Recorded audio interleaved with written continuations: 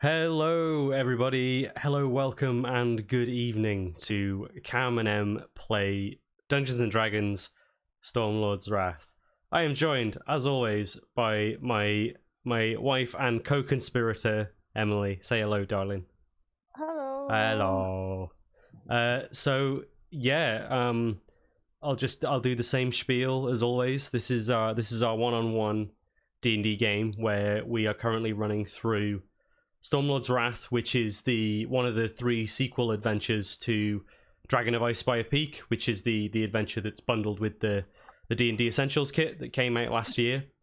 And this could very well be the grand finale of that adventure. Will Durabelle live? Will she live? Will Quinn actually die? I think the more important question is, will Quinn live? Is he gonna make it through this?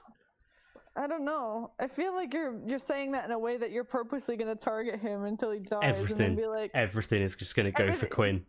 Yeah, man. The cultists are gonna see Durabelle and they're like, "We want to kill you, but fuck that little guy because he punched the guy in the dick once." Look, right. If I kill Durabelle, the story ends and it's boring. If I kill Quinn, I get the satisfaction of killing someone, but the story can carry on. No. It would never be satisfying to kill someone. I've always been. You can. I was going to say don't take that out of context, but I think that's fine to say out of context as well. It's more a case of the trouble with. I've said it many times, like with the one-on-one game. Like I think I realized this when you fought the Banshee back in the previous adventure, when you lost basically. And the way I dealt with it was kind of bad, but it did make me realize that it's like, I mean, I can't really let Durabelle die. Like, I could. Like, if there's no other recourse and like it's a good place for the adventure to end, then yeah, maybe. But otherwise, it's just a bit rubbish, isn't it? So there's no fear of death. However, if there is the possibility that Quinn could die, and I think that's the thing that you have to be mindful of. And there are going to be like, I'm going to think about like other ways that I can not punish you, but like other consequences for situations like that besides just the adventure ends. But that kind of leads into the stuff that I've talked about in the video that I released yesterday, and the stream that originated from. Sorry, what were you gonna say? I don't even remember. Sorry, I was on a bit of a soapbox there. It happens. So I think just because there is the potential that this could go on slightly long, let's just get stuck in, shall we? Hope you're feeling good, feeling energized. We had pizza earlier, so I mean, I feel about as ready as I ever do for a big it was one of those things where I was like, okay, yeah, I was thinking about it like, I feel like this is winding up to be like the end of the adventure, but I'm not sure. And then when you were like, oh yeah, this could be the end, I was like, oh shit. I mean, I feel get my ducks in a row. I feel like I've been saying that we've been gearing up for the end of this since it started. And it turned out that some of the quests went on way longer than I was expecting them to. So I'm probably not going to say that anymore. But this is it. Like, this is the last quest. So okay. You mean I'll actually hit level 9? You gotta be hype. You gotta be hype, man. Yeah, exactly. So if you've got to get through this, because if you get through this, you'll level up. Level 9? Level 9? I think that will then make Durabelle your highest level character. No, she'll be on par with Tosetsu. Oh, okay. Cool. All right, well, let's go. Let's stop mucking around, and let me get all my windows open. I better get on the right scene, actually. Hiya! There we go. Even I'm on roll 20 already. Wow. Okay. So you're not actually there on the map yet. Ignore the map for now. Well, shit. I feel like I'm saying that all the time. Okay, so after an attempted mutiny and strong suspicions that the captain of the Ice Flow was a member of the Cult of Talos, the galley came within eyeshot of the caves under the Thunder Cliffs. However, it seems that Talos is not pleased with this development, as the reefs themselves shot up to prevent the ship from going any further. Belle and Quinn now need to make their way on one of the rowboats that Christophen, the captain of the Ice Flow, has provided you with, and he has explained that him and his crew will wait up to 5 days for you to make your return. So that's where we begin. I think we ended off last week with you guys getting on the rowboat, because you'd been given all your supplies and stuff, and you were being lowered down into the waters. So while it's not like this place has got its reputation and its name as the Thunder Cliffs, and you can immediately see why at this point. The weather it's not crazy, but it's inclement, and there's humidity in the air despite the fact that it's raining, and you can see like black clouds in the sky. The water is moving at a fast pace, and these reefs shot up out of nowhere. And while it's kind of wide enough for you to easily make your way over in the rowboat is maneuverable enough that you can kind of wind through them with little to no issue. There was no way that the galley was going to get through there. It would have got torn up in the process. Yeah. So, how do you want to do this? You can one of you can kind of handle the rowing of the ship, while the other one of you keeps watch or takes care of something else or whatever. But either way, you need to start making a move. The crew are kind of watching you from aboard the Ice Flow expectantly. Well, I'll start rowing, and Okay. I'll tell Quinn to keep an eye out at the not like right at the front, but keep an eye out for helping me direct. Like, so just keep eyes where I can't see. Okay. Make a perception check for Quinn. Okay. Don't fuck me over, Quinn. Perception, okay. First roll of the night. Not great. 6. 6. Fantastic. I rolled a 2. Okay. You can't re-roll 2s. No, you sadly cannot. Okay. So where are we?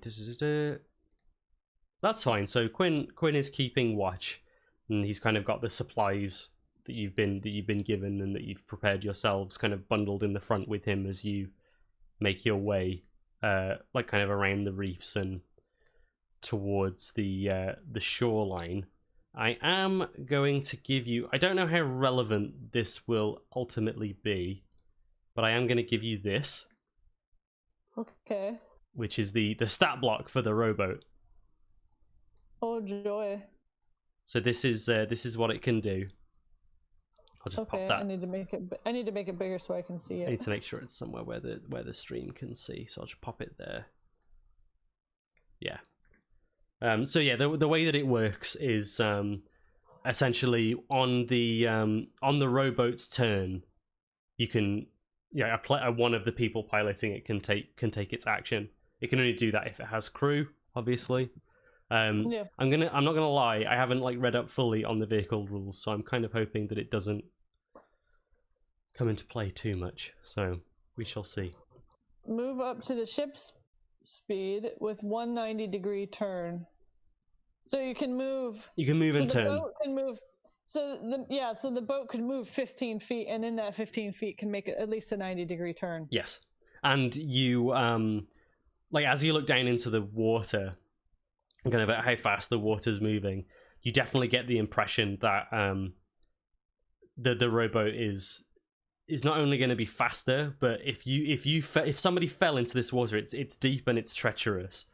With the speed that it's moving at, anyone, even with skill in swimming, would struggle to swim in this water.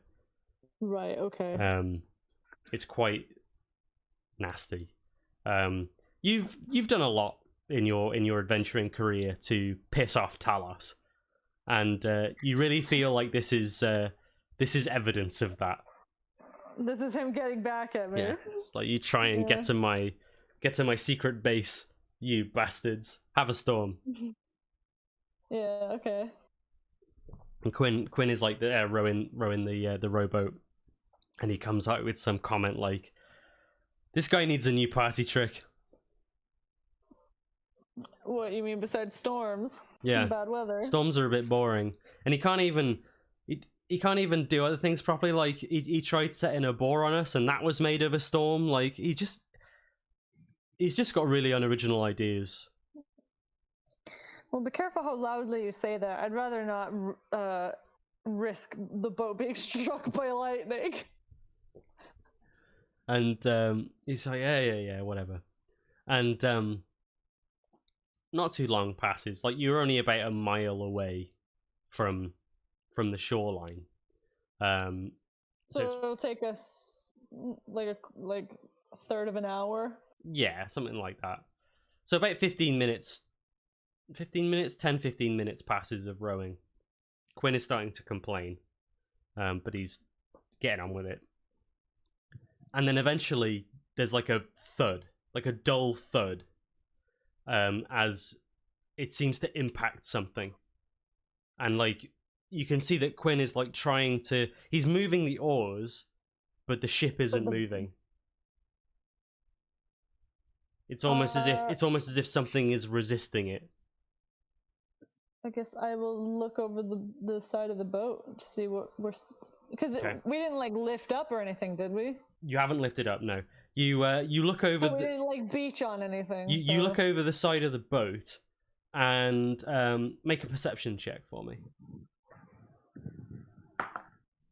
Wow, this is gonna be a rough night. Get the bad rolls out of the way now. 9. 9. You look over, and with the roughness of the water, it doesn't seem like there's anything actually impeding your progress. And then you hear a noise. What sounds like a roar. And both you and Quinn immediately look up into the air, and diving down off the cliff face, like shooting down, and then like kind of immediately turning upwards and rushing towards your position is a manticore.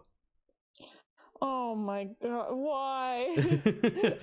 And it screams out something along the lines of "Intruders will be destroyed," and it's time for initiative. Oh dear. Okay. So my initiative. 10. Okay. Okay. Quinn has advantage on his initiative.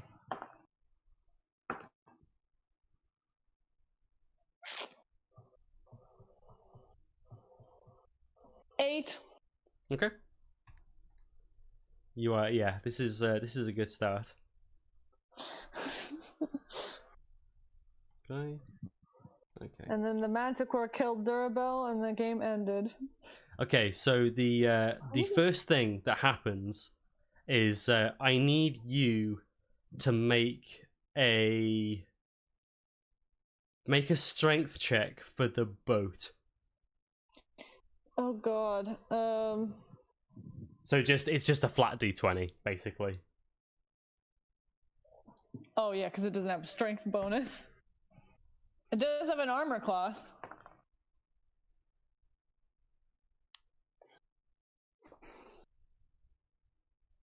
It's a natural 1. Amazing. Okay, so there's a shift, and whatever force that was stopping the rowboat from moving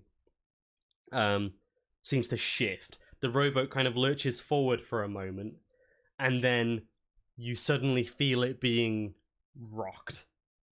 It's almost as if something has grabbed the sides of the boat and is trying to capsize it. Right. So the boat is currently grappled. Okay. By something. Okay. And it's now your turn. I really don't want. I didn't really want to break this out like right now, but let's see how big is the boat. Sweet, perfect.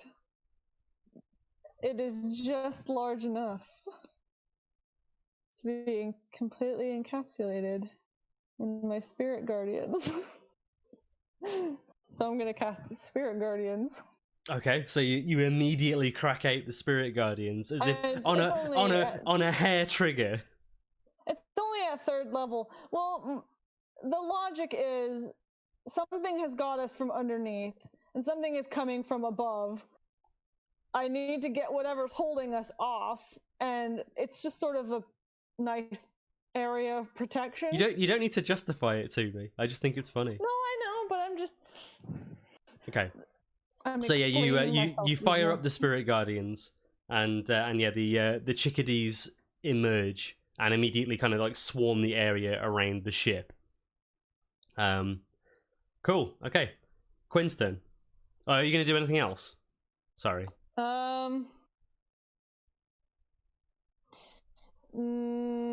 No. Okay. Yeah, so it's Quinn's turn.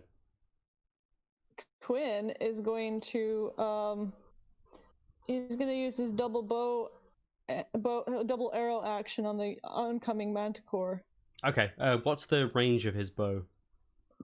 It's 150 to 600 feet. Okay, so it's quite a ways away, so it is going to be at long range. Could I hold it until he gets closer? You can hold one until he gets closer. You can't do both attacks. So you can either do 2 at disadvantage or 1 regular when it comes in.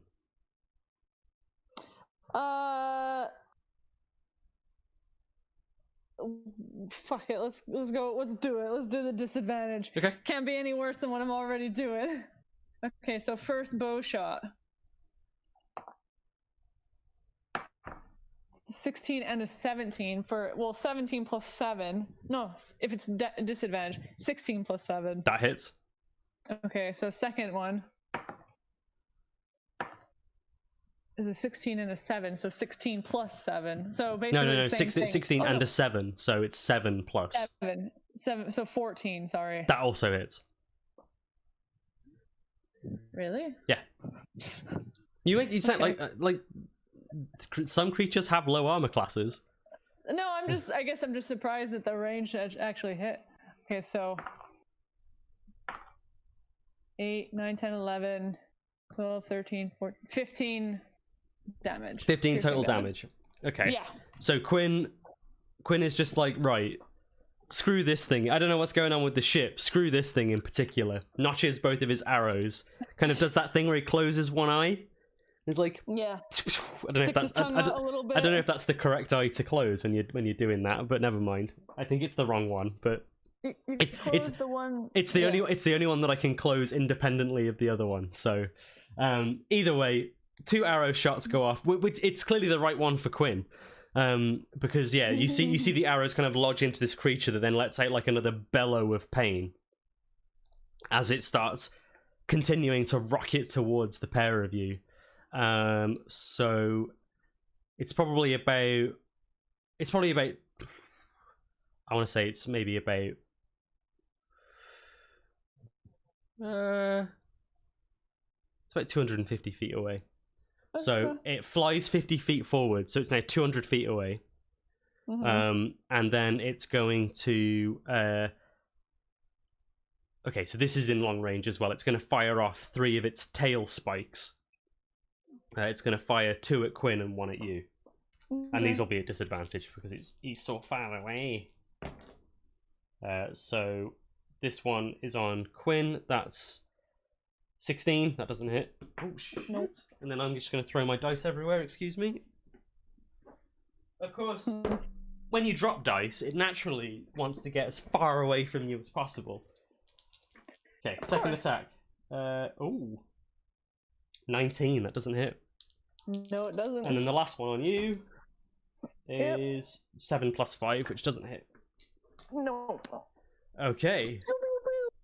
So, next, this strange force that's stopping the boat.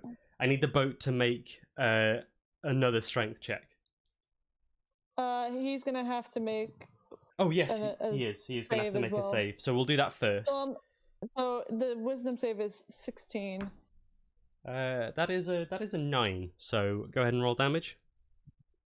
So I only did it at 3rd level, so it's only 3d8. Only 3d8. It's a divine smite and a half, that is.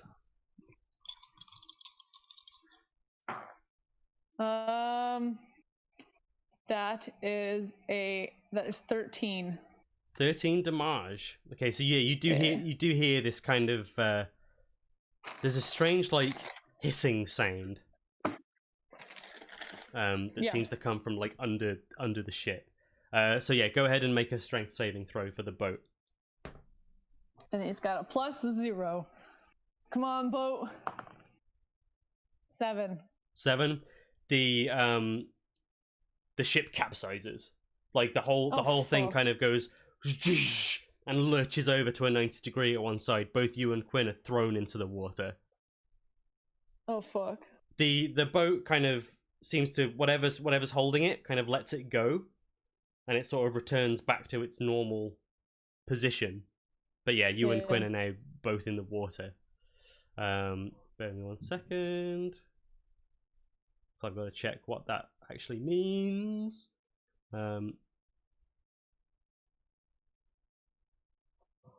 Okay, cool. That is that. It is now your turn. Before you do anything, I need you to make an athletics check. Just, yeah, okay. 12? 12. Okay, you're fine. You're able to you're basically, you don't get like dragged under the water by just the sheer force and kind of the royal of this angry waters. So you're you can take your turn as normal.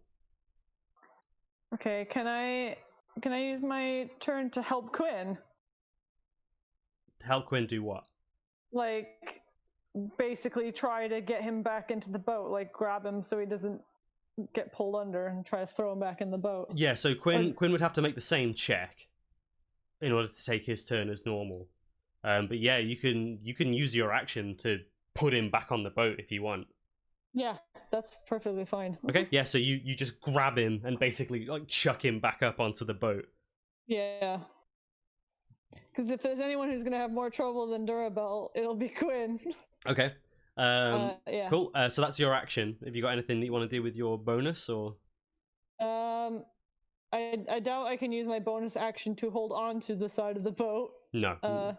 So I will just leave it at that. I've still got Spirit Guardians up, so I'm still okay. Okay. That is fine. It's now Quinn's go. Quinn is going to can he help Durabel get up, or would it be like a round before that would even? I mean, he can. Yeah, I can say that, but he would have to use his action to do so. That's fine. I'm happy to do that. Okay, so Quinn helps Durabel up onto the boat. Yeah, so we're gonna get back into the fucking boat. Okay. So yeah, you both kind of like go like and clamber up onto the boat. He's not really got anything that he can do with his bonus action, does he? No, aside from second winding, no, he's all right for now. Okay. He's just kind of Manticore's turn, so it's gonna fly a bit further forward. So it's now 150 feet away. Okay. And it's gonna go for more tail attacks. So these are still at long range. So first one on Quinn. Oh my, that's a 20. That hits. Okay, second one. No, natural one. That definitely doesn't hit. So Quinn takes 10 piercing damage. Was that 2 tail attacks? Yeah, the third one's on you. Okay. And that's a miss. That's a 7. Okay. Okay. Right. So as the pair of you because this is happening while the pair of you are clambering back onto the ship and helping each other over. The moment that you both kind of get back on, clothes now like completely soaked through. I need the rowboat to make a strength check. Come on, boat. Stop fucking me over. Oh, natural 20. Natural 20. Okay, so the rowboat holds against whatever force is holding it in place. I also need to make a saving throw. That is a 18. So roll your 3d8 and then halve it. Yeah.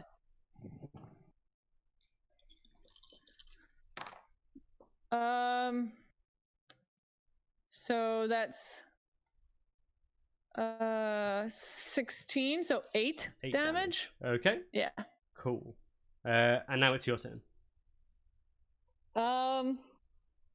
If I were to look over the water, I still can't see whatever's holding the boat. You have no idea what's causing this. You can't even see in the split second that you were in the water and kind of on the same level as you assume whatever this thing is, you couldn't see anything. Okay. But there's it definitely feels like someone is trying to tip the boat over. Yeah. The boy is 150 feet away, you said? The Manticore's 150 feet away, yeah. If a spell has a range of 120 feet, would it be at disadvantage if I shoot it, or is it just out of my range? You can't. It just doesn't. It would miss automatically. Spells don't have a long range. Okay. Okay, I do not have anything that would hit him.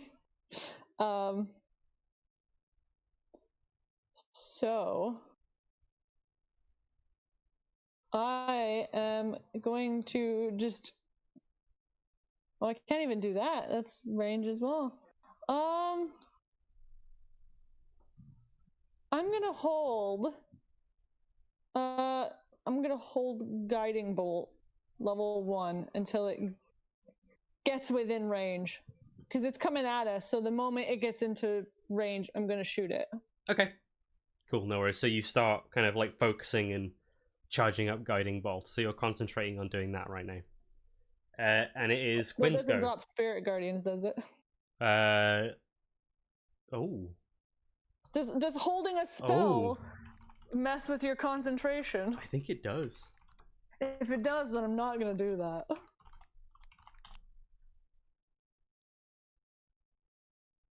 Yeah, holding on to a spell's magic requires concentration. Okay, so I am...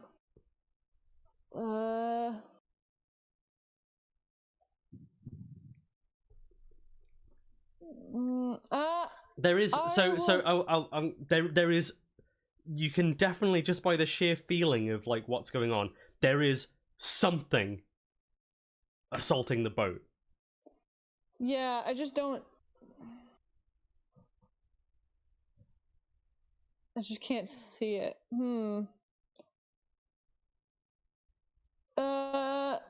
Really quick.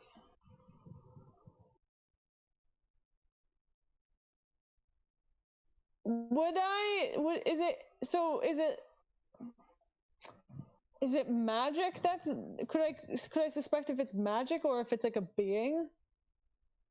So the sensation that you felt, yeah, it feels like something has grabbed the boat and like physically turned it over to like tip you both out.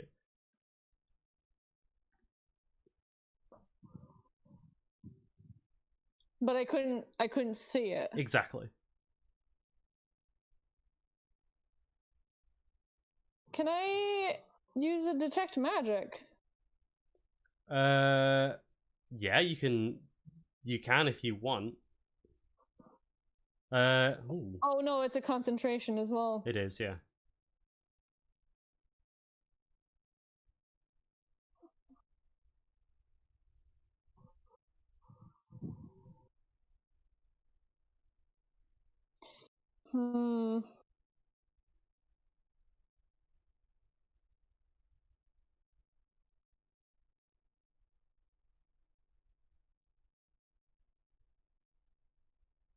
Quinn just kind of like shouts up as he's kind of like training a shot on the Manticore. He just says, "Just hit it!"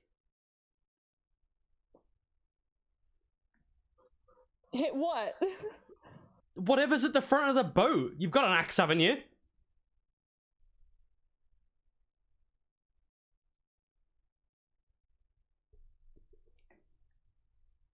I guess I'm going to just grab my axe and I'm going to.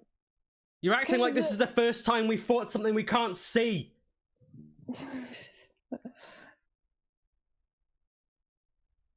So I guess if the boat feels like it's being rocked in a specific direction, I'm gonna swing my axe where I feel the force, I guess, of the boat. So you kind of you move over. You have to kind of like move past Quinn.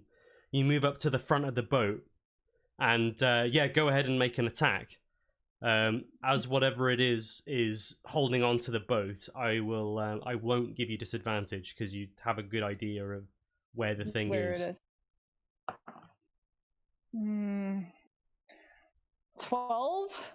12 doesn't hit. No, you just threw nothing.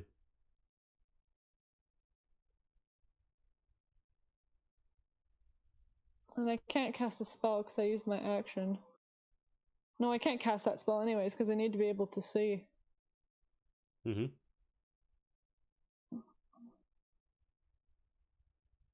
I don't know what spell it is you're looking at, but I was looking at Sacred Flame.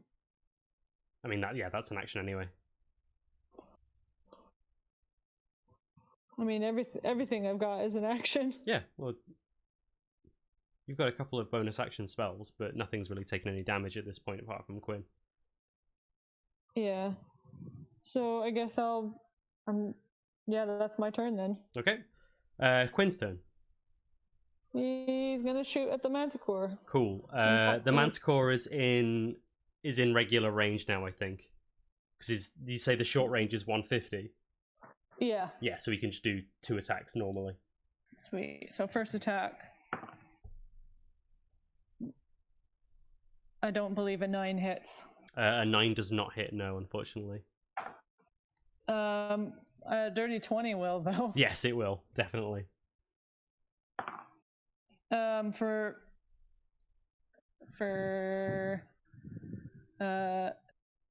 5 damage. Okay. Cool. So he's just kind of like peppering the Manticore with arrows at the moment as fast as he can. Manticore's turn. It flies in, so it's about 100 feet away, so it's now within its own short range. And it's just going to do the same thing again. 2 strikes on Quinn with tail spikes. I need to be keeping track of how many of these bastards it's using actually, because it's only got a certain amount. 2 full reigns, so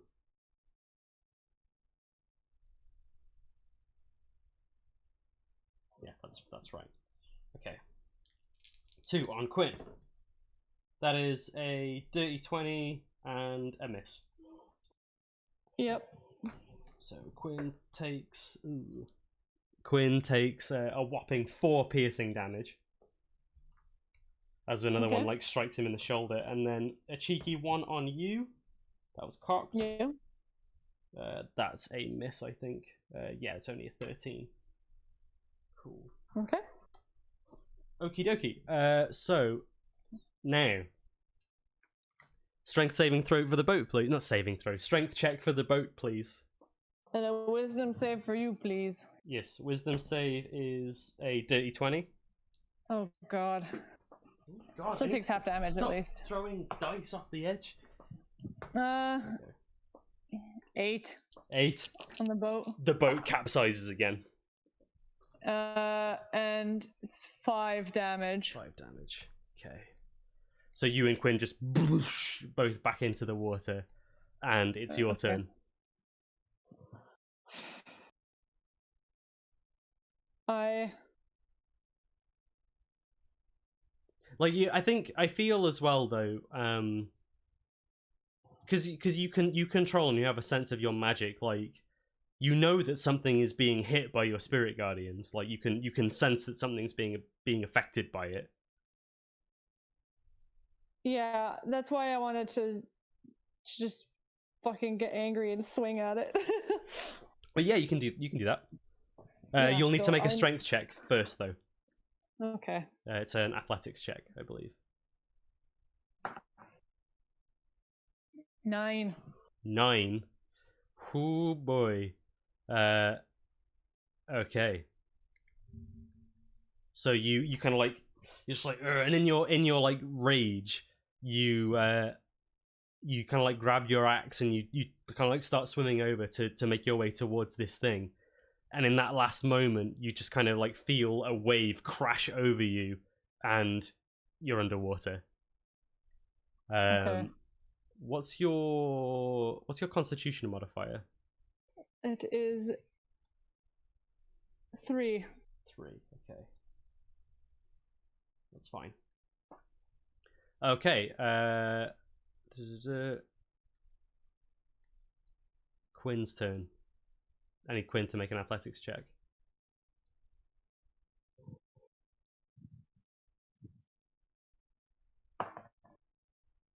He got an 18 plus 7. Okay, so he's fine. He can do whatever. He can take his action as normal. I think he's gonna get in the boat. You're just gonna get him in the boat. Yeah, well, if he gets in the boat, is that his action to do? Yeah, because he's got to climb in the boat. That's fair, I suppose. Actually, no, it's not. No, it's not. He can just get in the boat. It's just difficult terrain, I guess. So it would take like his movement to get into. It was the an boat. action. It was an action to get somebody else in the boat. Okay, so Quinn is gonna get into the boat. I think he's gonna take the Dragon Slayer sword, and he sort of roughly knows where this thing is. Well, he knows that Durabel was swinging at it, so I think he's gonna try his luck. Okay. So again, because the thing seems to be like attached to the front of the boat, just make an attack, a regular attack. 24. He strikes something. It's plus 10 to hit. That's why. Can he make 2 attacks with that? Can. So I'm gonna make the second attack, which is a 25. Yeah, both hit. Man, so 23 damage. 23 damage. Very nice. 13 plus 10. He just takes like 2 like massive chunks out. Whatever. He's like, get the fuck off our boat. And yeah, like there's a couple of screeches that you even hear like reverberating from under the water. Is he gonna do anything else?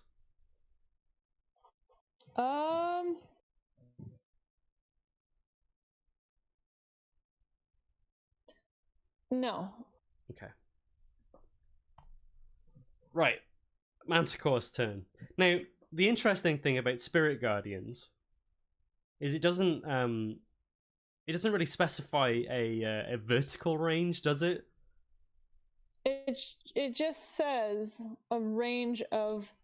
I'll double check it, but I believe it just says a range of 15 feet around you. Spirit Guardians. I suppose 15 feet around. Range of self. They fly around you to a distance of 15 feet. That's fine. So like a 15-foot sphere. Yeah. So the Manticore. What my point was, like, if the Manticore flies over you, is it affected? But only if it's within 15 feet of you, on all directions. So that's fine. Okay. So the Manticore is still like rocketing his way over. So he's now 50 feet away from you guys, and he's just gonna fire off more tail bastards, I think. So he's running out of these things, though. You can kind of see that his tail's getting a bit nude. So I think all of these are going to go for Quinn, though, because he can't see Durabel. So that's neither of those hit, and that one doesn't hit either. 3 misses. You can kind of like see them all. The boat's starting to look a bit like a porcupine now. Yeah. Okay.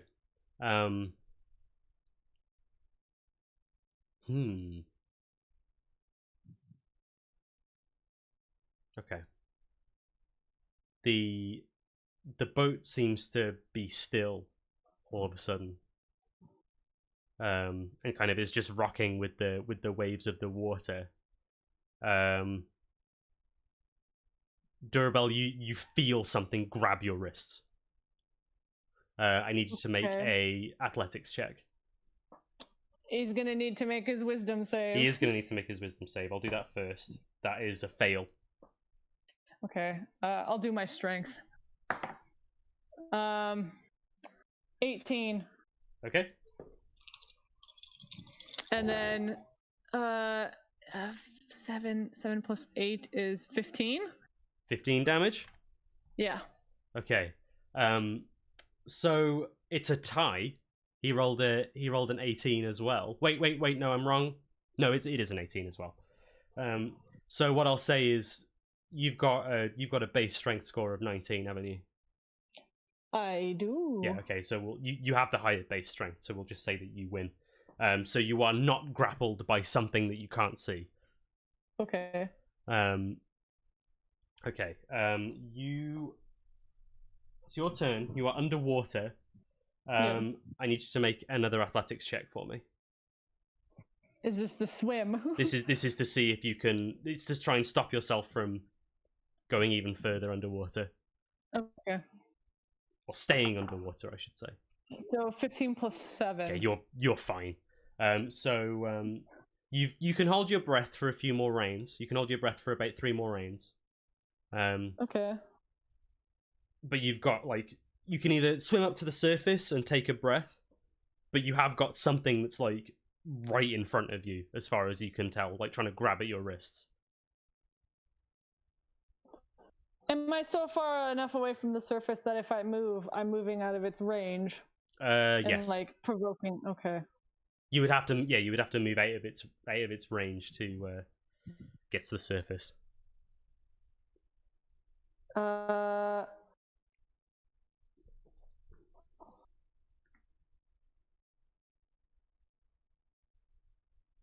I will swim for the surface. Okay. Ooh. I feel like it's a dangerous gamble to stay underwater too long. I got a 19 on the attack of opportunity. Which is my armor class. Okay, so you take, as you kind of swim away, you take 6 bludgeoning damage as something just strikes you in the back of the head. Okay, yeah, I need to make a Constitution save. Yes.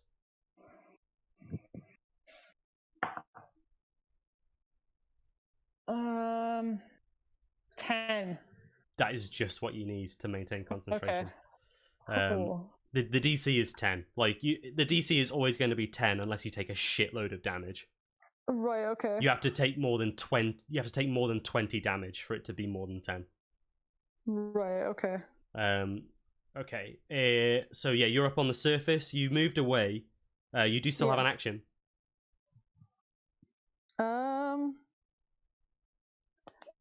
You can get back on the boat if you want. We'll say we can.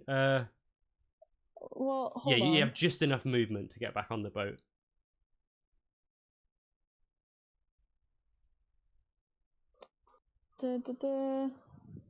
Sorry, I'm just checking some range spells really quick. Guiding bolt is well in range now. It's a good idea. I wish I had inflict wounds in this moment. Bear in mind though that now that the creature isn't grappling the boat, you don't know where it is. Yeah. But I feel like the manticore is going to become incredibly problematic. So I will climb into the boat and I'll use guiding bolt. On the manticore? On the manticore, yes. Okay, cool. Yeah, go ahead and roll an attack. I can see. That's a 19 total. Yeah, that'll hit. Gotta get some D6s out. You should have these ready, man. Come on. I rarely need 4d6. I have my d8s ready, not my d6s. Your guiding bolt is your go-to ranged attack spell. Shh. Okay, so that's at least 2 6s. So 6, 12, 14, 17 radiant damage. 17 radiant damage. I was going to do that to Quinn. Don't stop trying Bang! to kill Quinn. So you basically blast a hole through this manticore that like screeches and kind of you see it kind of like rock in the air, and like there's just like radiant light and kind of blood just showers into the ocean, like dissipates into the waves. Yeah, it's pretty badly hurt. Yeah, that's what it gets. So you got a bonus action. What are you gonna do with it, if anything?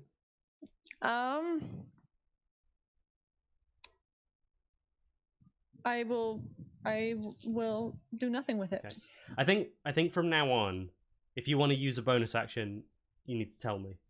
Like as you tell me what you're doing in your turn, because I think what happens is I ask you if you want to use your bonus action, then you freeze. So just for the purposes of keeping things moving.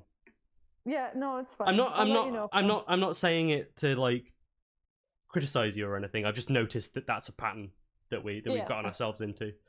Okay, Manticore's turn. Okay. Well, he doesn't like you now. Because you just shot him with a bloody bolt of light energy. So he's just going to go at you with all 3 tailed spikes. Okay. That is an 18 and a 19. The 19 hits. 2 19s. They hit. Okay, so you take some damage. Ooh, chunky. You take 16 piercing damage in total. Okay. And that could be you're feeling a bit sluggish because of your recent foray into the water, your involuntary swim. It's all the salt water, man. Okay. And in my eyes and shit. Top of the round. Wisdom save for the thing. That is a 6, so full damage. Is that 4d8s? No, it's been 3d8s I've been rolling.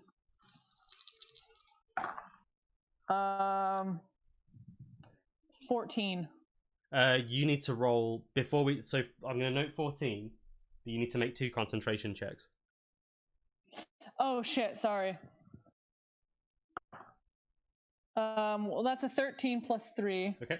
Or no, it's a 19 plus 3. Sorry.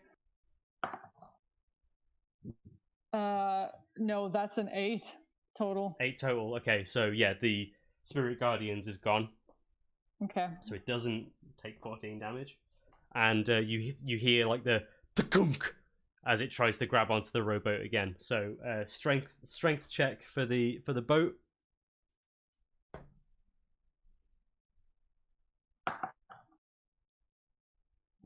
Five. Okay, yeah. So it's the boat is grappled again. Okay. And now it's your turn.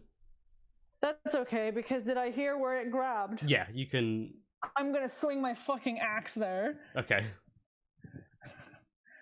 Durabelle's like, I've had it up to here with this fucking thing. Ooh, yeah, that's a 19 plus 8. Okay, so that hits. So go ahead and roll damage. Don't forget you've got Divine Strikes as well. So you do an extra d8.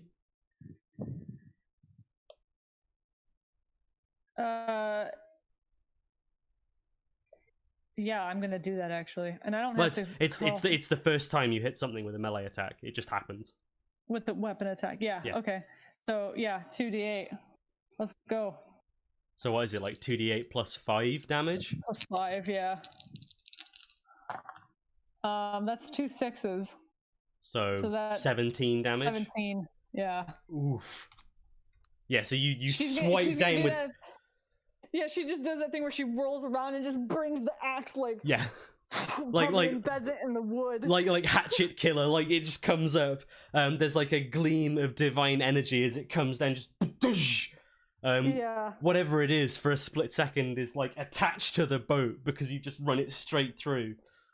Yeah, I'm not happy about that. Okay, yeah, it's Quinn's turn unless you're going to do anything else. No, okay. That's fine. And Quinn he's gonna look at Matey, who's still on his way, and he's gonna be like, "Oh, you seem to be a little bit shiny. Time to shoot you." Okay. So I have to do them separate because the Yeah, first yeah. Do one's the at first one with advantage. So there was 11 and 13. So 13 plus what is his bow? That's Plus gonna. 7. It's gonna say, don't worry, that hits. Okay, so Second attack, just regular. 15 plus That hits. 7. So they both hit. So 2d8 plus 2. No, plus 4 because it's both of them.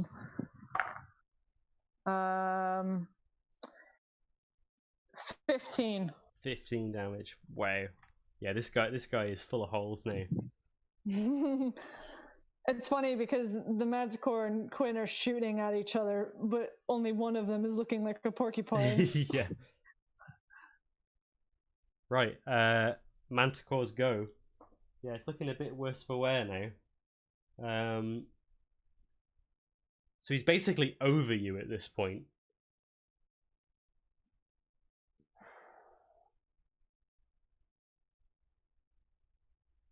No, it's still going to go with tail spikes. It's going to sail kind of... It's kind of like flying overhead, but it's still going to try and pepper tail spikes down because it's still got some of them left. So it's only got a few left that you can see though. And it's going to... In its rage, it's just going to do all of them at Quinn. It's just going to be like, screw this guy. A 23 and a natural 20. Okay. And a miss. So... Oh, he says after getting a natural 20. Regular damage is 8 piercing damage. Okay. And then the crit damage is 11 piercing damage. Okay. So yeah, the first one kind of like grazes his side, and the second one gets him like right in the gut. He's just like, oh fuck. Okay. Top of the round. Make a strength save. Is it gonna do that? Yeah, it's just gonna keep going with the plan. So yeah, make a strength check for the boat. 15. Dirty 20. Oh my god. In you go again. Basically this time like the rowboat essentially like flips over almost. Yeah. Not quite, but it essentially like goes over and both of you fall back in. You'll go. Okay. Make an athletics check. It's a 19 plus 7. Okay, yeah, you're fine. I'm going to get can I still assume that it's holding onto the boat after it's rocked? You certainly can. Okay, well then I'm gonna get up and I'm assuming it's bleeding, so I'm gonna go wherever it was. Oh shit. Oh my god. This is the single, because I was about to say that because you're underwater attacks are with disadvantage. But yeah. If I remember rightly, Ripple isn't affected by that. Let me check. Did I can't remember if I don't think I put it on the item itself. No, it just says it's just a +1 axe. But Ripple, it's a minor property that I didn't put on it. But yeah, look at its design. So I can swing it in the water. Because remember, I told you that it feels like nothing in water. Like it's really easy to wield in water. I think I remember. I think so. I think that was this weapon. I'm fairly certain it was this weapon, unless I'm getting mixed up with something else. Either way, I've said it now. You can just attack normally underwater. Okay, well, if it's still holding on to the boat, I'm just gonna go to where I think it is where I hit it on the boat, and yeah. And I'm just going for it. Okay. Is the divine strike? Is it the first hit? It's the first hit every turn. Yeah. Okay, so it's a 12 plus 8, so that's a dirty 20. That definitely hits. That's 8 plus 5, so 13. 13 damage. Wait. think is that 13? Yeah, 9, 10. Was that 11, on 12. both dice? 13. 13 total, like the 2 dice and then the plus cool. 5. I was just checking. Yeah, so you just whack, and yeah, you definitely impact something before you hit the ship. Yeah. You can kind of see now that the water in front of you is being displaced by something as well, like a humanoid shape. Yeah. Um, yeah. But it is kind of difficult to see amongst the raging waters, and the fact that you can't really see very well underwater. Okay, well, I'm going to then use spiritual weapon and summon it on the boat next to it so it can make an attack. Okay. Yeah, okay, go ahead.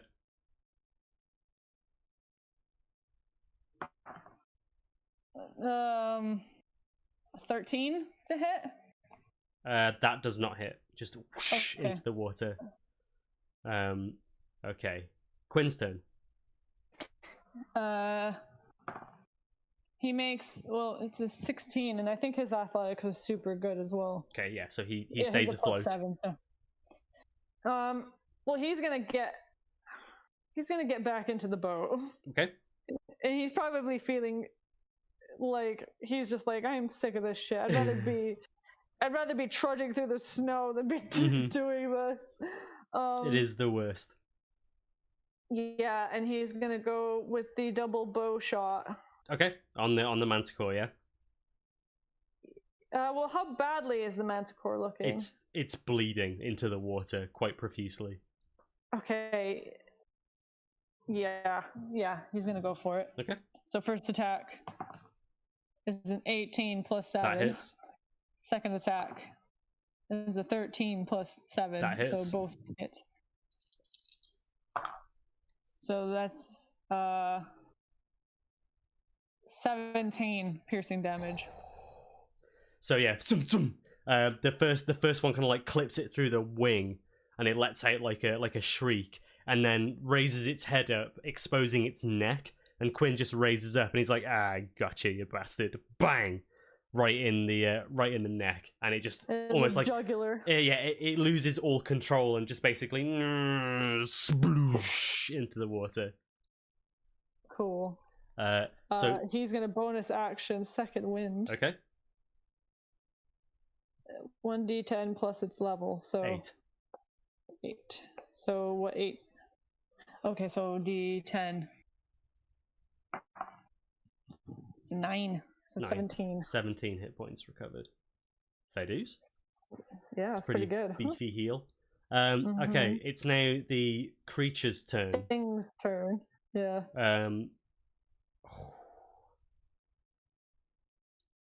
I think now that its accomplice is dead and it's injured, it's going to whirl around, and rather than try to drag you under, it's just going to attack you. Okay. So you feel these like 2 appendages come at you at each side. I got a natural 1 and a natural 20. Of course. So the first one like misses completely, and then the second one like gets you right in the chin, like a firm punch to the chin. Oof. You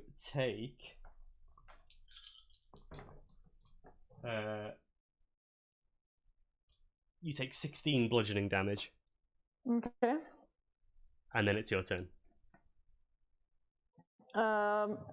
Would it take up? Would I get an attack of opportunity if I climbed into the boat? Yes. Make a athletics check as well before you do anything. Ooh, shit. That's not good. No, that's a 6. A 6. No, wait, no. It's a 10. Sorry, I was looking at the wrong stat. Okay, yeah, you're fine. You're fine. Okay. I am going to attack with Ripple. Okay. So attack with disadvantage because you don't know where it is. Yeah, well, 10 isn't going to hit. No, it's not. So you you miss. Even though I can't see it, I'll still swing the spiritual weapon. Yeah, so you can just swing with. You know roughly where it is. So just swing with disadvantage.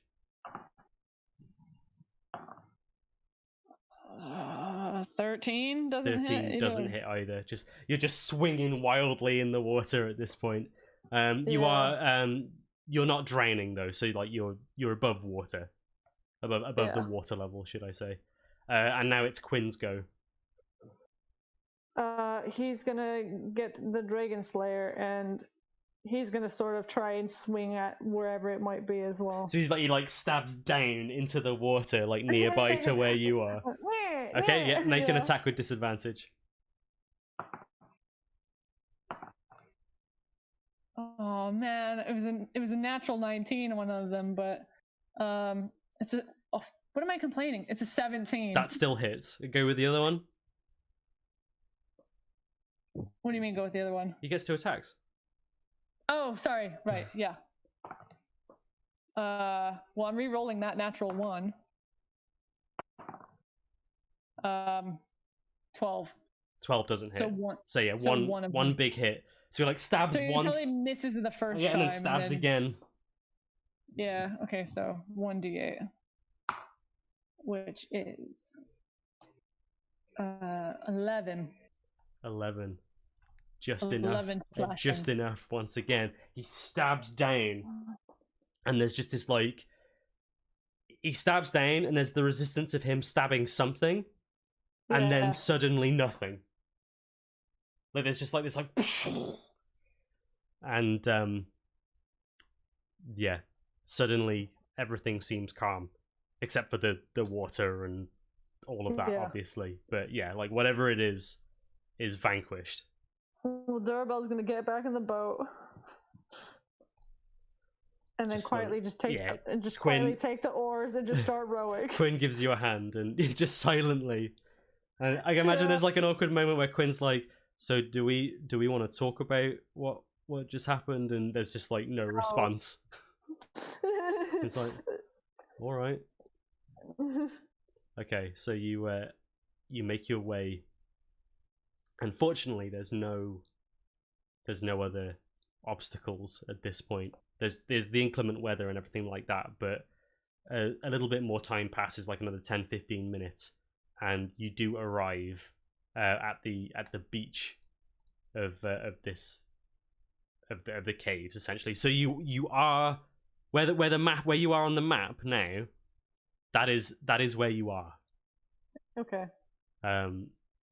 As you arrive at this point, so yeah, there's where the shoreline meets the water, with a little sandy beach, the crashing of the breaking waves, and you can kind of the waves like crash, and you can hear them kind of reverberate back into the cave system that now appears to be sprawling out in front of you. So there's a path directly forward, or you can kind of follow the coast, and you can see that there's like a ship kind of to the eastern side, and that appears to kind of go further back into the cave system as well. Okay. And there is as you arrive on this kind of foreboding looking beach, you just hear the sound of the storm in the air. Yeah. So I will leave you with your thoughts to decide where you want to go. I'm just going to run to the bathroom really quickly. Okay. I'm drinking that tea.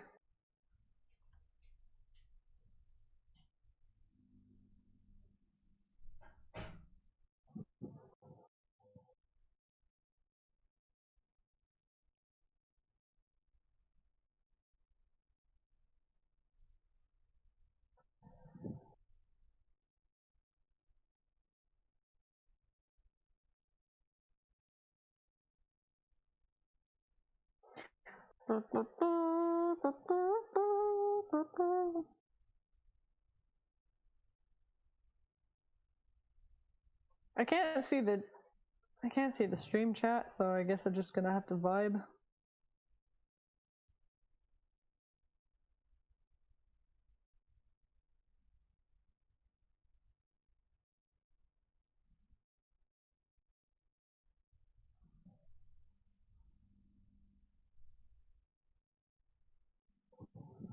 I hope you guys enjoyed the fact that that fight was awful.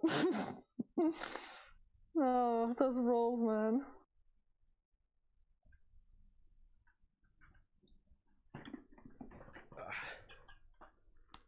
Hello, I am back. Sorry about that. That's right. Yeah, I should have made some sort of parting joke like talk amongst yourselves. Never mind. Right, what are you doing? Durabel is gonna turn to Quinn after a moment and be like, well, that fucking sucked. Well, I think it's safe to say that somebody doesn't want to see you, which probably means that we're in the right place. Yeah. At least we're on dry land for now, hey. Yeah. What time of day is it? It's kind of difficult to tell at this point.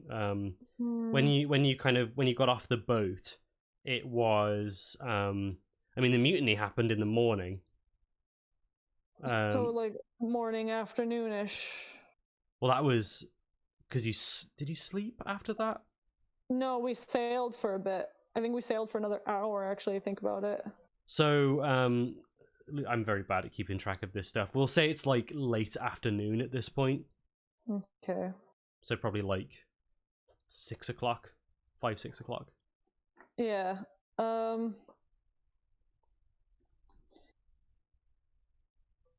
the boat look like it's been sitting on the beach long? Good question. Let's have a look.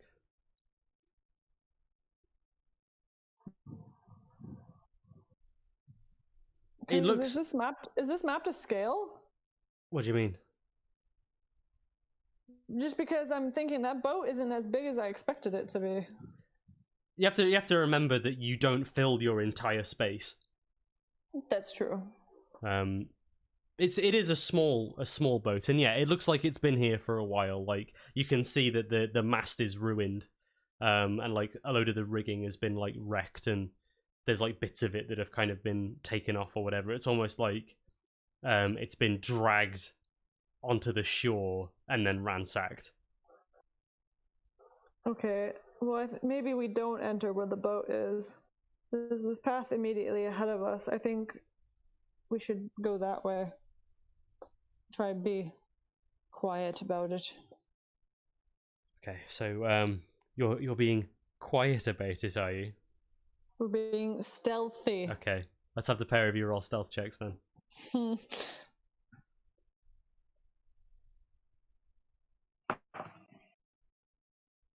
So Durabel. Oh, Durabel has advantage on her stealth.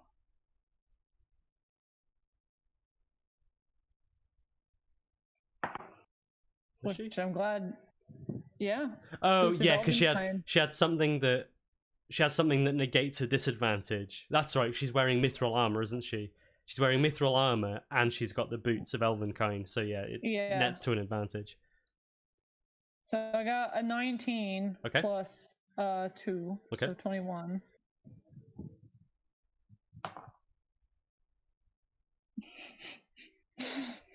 How comedic. Quinn got a 4. How is that even possible? He rolled a 2. And he's only got +2 on his dex? Yes. Oh my god. Okay. So Quinn is just like... I think Quinn is really short of breath after like falling in the water so many times. So like you're being like really stealthy and kind of like battle-hardened adventurer. Meanwhile, Quinn is following you just like...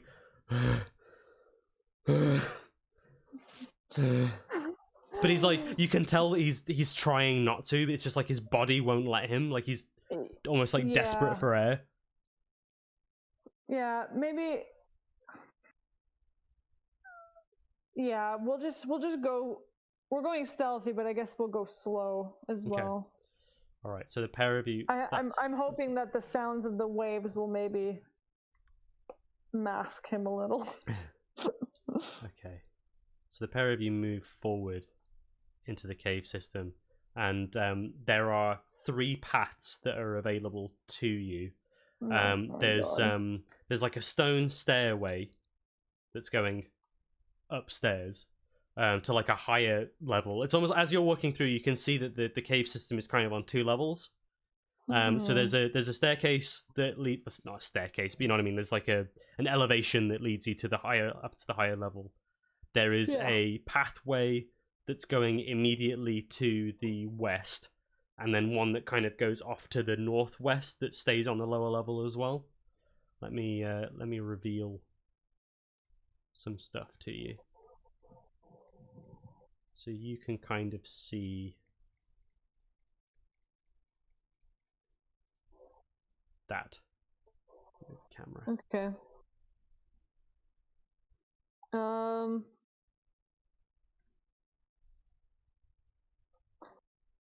I think we'll move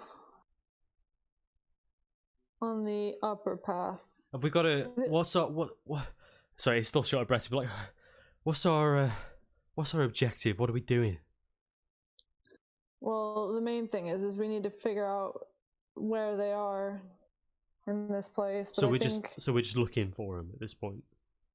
Yeah, but we also need, depending on how big this place is and how long it takes, we also need to keep an eye out for somewhere we can maybe duck into for a bit, for a rest.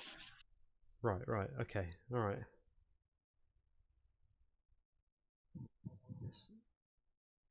Sorry, I am looking at the map and getting confused at the moment.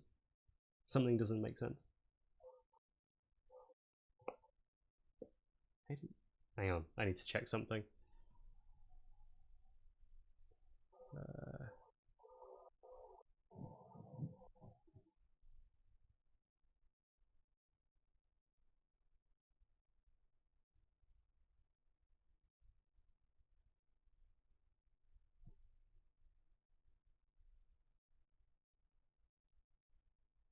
Okay, the that path up there, like the upper path, as it were, isn't actually that high up. It's only maybe like 5 feet, so you can actually climb it as well. Okay. I'm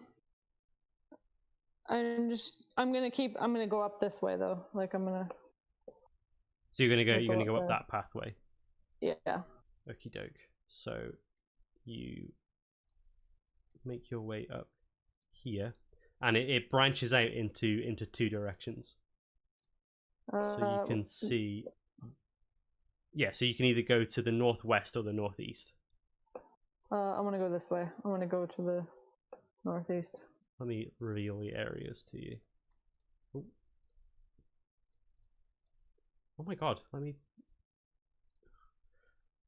Not used to Roll20. Do not use it very often. Okay, and you would also be able to see a little bit this way as well.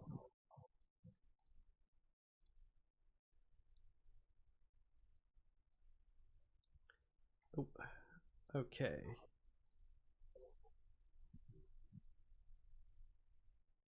So, you move your way into what appears to be a fairly large chamber, and it's filled with what essentially looks like crates. There is a it's like a stockpile almost, so it almost appears as if like this is where a lot of stuff is being stored.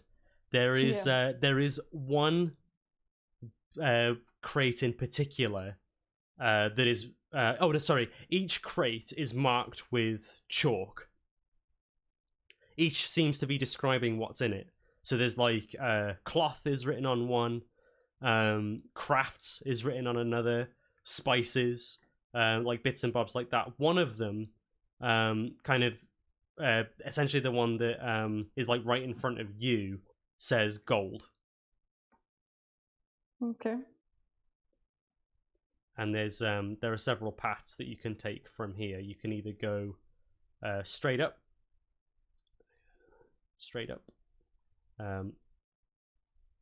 You can go this way,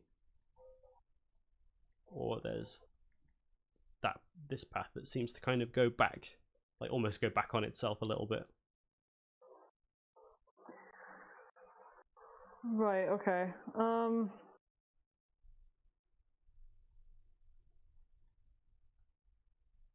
So it looks like the This, northwest one loops back around to this part where we saw, yes. So we'll and it go, looks like the northeast one heads outside.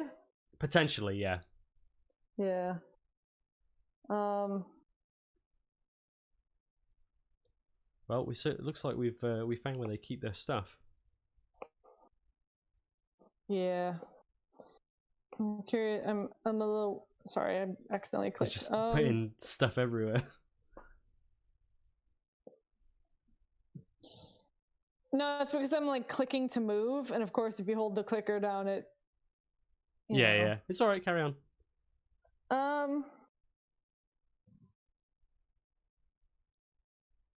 I kind of want to go over here. Okay. Kind of do the loop around. I'm just curious as to because Yeah, get the you don't want any nasty surprises. Yeah. Okay, so you loop your way around the northwestern, and yeah, like you say, it kind of goes back on itself and goes down like another set of rocky stairs, and you find yourself in. You can see, where are we? This. You can see like what looks like an alcove that goes off towards the west hand side and then terminates. Mhm. You can see a pathway down here that almost seems to cross the lower section into a room to the south. Mhm. And then there's another corridor that goes off, like down there and over to the east. Is this water deep? No, we're nowhere near there. So I could get over here, no problem. Oh, you missed my joke. I should have been like, no, this is Neverwinter. Is this water deep? No, that's a bit further upland. No, it's not. It's quite shallow. Okay, so. But I will say, like, as you get to the. No, you don't know actually. No, there seems to be like as you look down that way. There is a shaft of light. You see where that circle is? Yeah. There's a shaft of light coming down and illuminating specifically that area of the water. So yeah, you can either crawl down, you can either like climb down and then climb up the other side. You can try and jump across, which won't be that hard. I suppose if we can sort of get to here, like if we move over here, we can jump across. But if it's not that much effort, we're just gonna maybe maybe quietly slide down and then climb back up. Okay, that's fine. And which way would you like to go? We're gonna get to here at the very least. Okay, I mean you won't gain any information there, so. Well, I know, but maybe to here. Okay, so you're heading south. You're heading south. Okay. So as you make your way down that way, you know what? Quinn's behind you because you're the boss, as he always says. As you're moving down this corridor, kind of in amongst the echoing of the waves, like crashing and echoing through all the caves, you can hear what sounds like coughing. Like every now and again, there's like a pause followed by violent coughing, like.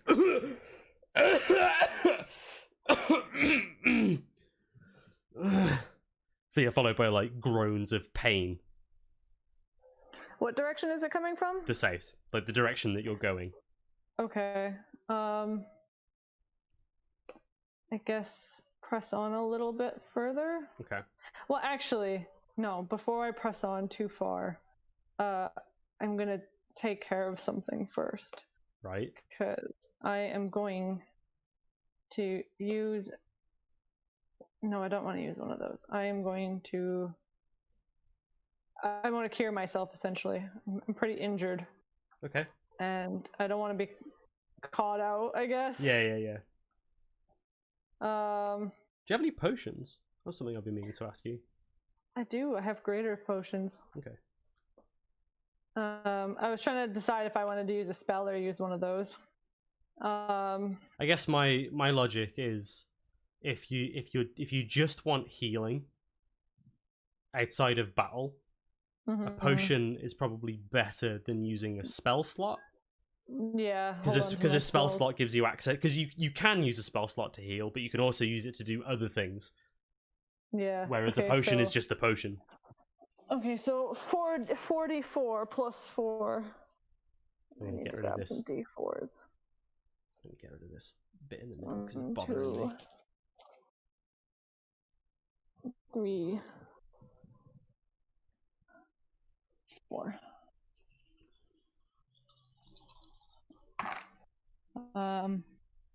4, 8, 12. So 12 plus 4, 16. So I heal up 16. Cool. Ah. You okay? Yeah, it's just this tab won't go away. Yeah, I guess I'll leave it at that for now. Okay. Being at half is better than being where I was. Okay. Yeah, so we'll press on across this little bridge. So as you kind of like pass over the bridge and make it to this area, I'll reveal the room. And I said I'll reveal the room. I'm sure there's a shortcut for that, but I can't remember what it is. So it reveals this area to you. Okay. And it's kind of a very simple looking sleeping quarters, but it doesn't look like there only appears to be one bed, almost as if whoever's sleeping here is kept separate from everybody else. There's like a few bits and bobs, what looks like some empty potion bottles just like on the floor and scattered around the place. And you see kind of on the raised section where the kind of bedroll is that you can see, there are 3 figures. There are 2 like larger kind of brutish looking individuals that are keeping guard of a drow, funnily enough, that is kind of hunched over, sat on the bedroll, and they appear to be the one that's coughing. They're like wearing studded leather armor. They seem to be like quite well equipped. Like they look like a warrior, but they physically, like as far as their disposition is, they couldn't be further from it. Right. Okay. Have they spotted us? They have not seen you yet. No, it seems like fortunately, it seems like the sound of the coughing preoccupied the 2 guards just enough to allow you to approach without being discovered. I'm gonna motion for Quinn to back up. Okay. Just so we're kind of want to back up out of sight. Yeah, that's fine. Yeah. Yeah. What did you see? There's 3 figures up ahead. They haven't noticed us. One of them is, from the sounds of it, incredibly ill. We could approach them and see what they have to say, or we can leave them for the time being. Scout out a bit further. I mean, well, as I say, you're the boss, but I mean, if this person's like, does it look like they're one of them? Like, why did they have anything? Did any of them have anything on them that would suggest that they were? They seem to have kind of like the vestiges of Talos upon their person, but it's not as prominent as other followers that you've seen, I guess. Right. I mean, if the guy's that sick, what's he gonna do? We just have to be mindful that if it's loud enough, there might be more. So be on your guard. Right. And we will cross over again. Okay. So you cross over. Are you just making your presence known? Yeah. What do you do? I mean, I just walk. I just walk across, like. I Okay, mean, so as we you were sort of sneaking before, so I'm Yeah. just gonna sort of straight as up you stroll across. as you like straight up stroll in, the two guards spot you. Like, now that the coughing has died down, the two guards spot you and whirl around, and they just immediately draw their weapons and are like, "Who goes there?" And then the figure that's like the figure at the top, the drow that's hunched over, kind of sat on the floor, slowly raises their head and like turns to look at you, and you can see like he's clearly been coughing up blood. Like, you can see like the glisten of it down his chin. Yeah. He's not in a good way at all. How do they look upon seeing me? Like, what are they just general, like, who are you? Yeah, stranger they're very thing? defensive because you're a stranger that's just randomly turned up in the room. They're not attacking right away though. That's fine. My name is Durabel. The at the sound of that, you can hear the drow lets out like a raspy laugh. Just like Durable. That's funny. I'm assuming you've been waiting for me. I haven't. But there is somebody here. Gadrill will be very, very pleased to see you. Got drill, huh? Yeah. She's the one in charge here. For good or for ill.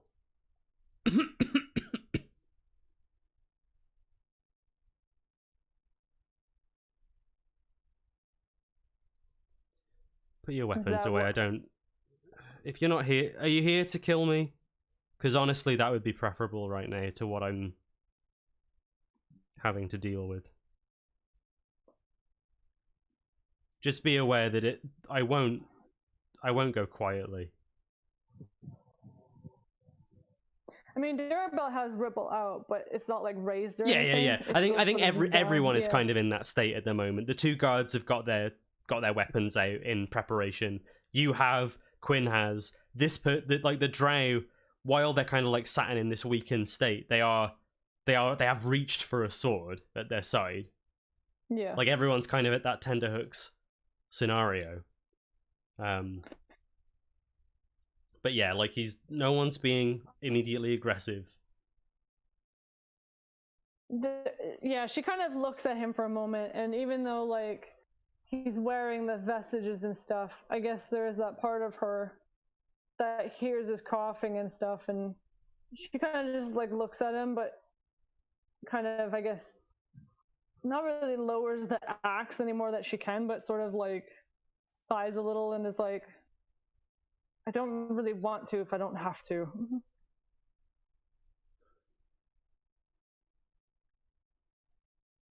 Okay.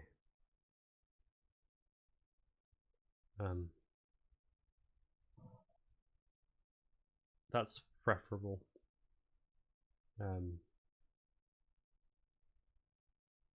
Well,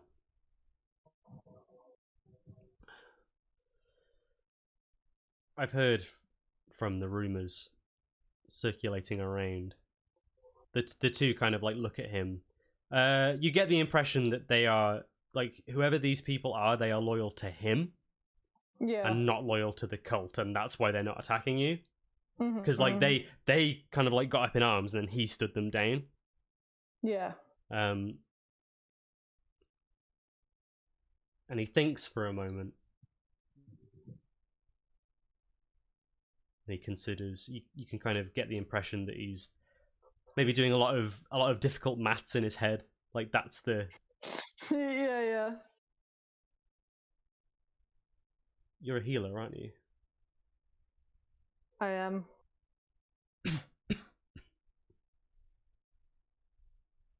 Can I sort of gauge what's wrong with him based on his cough? Make a medicine check. It?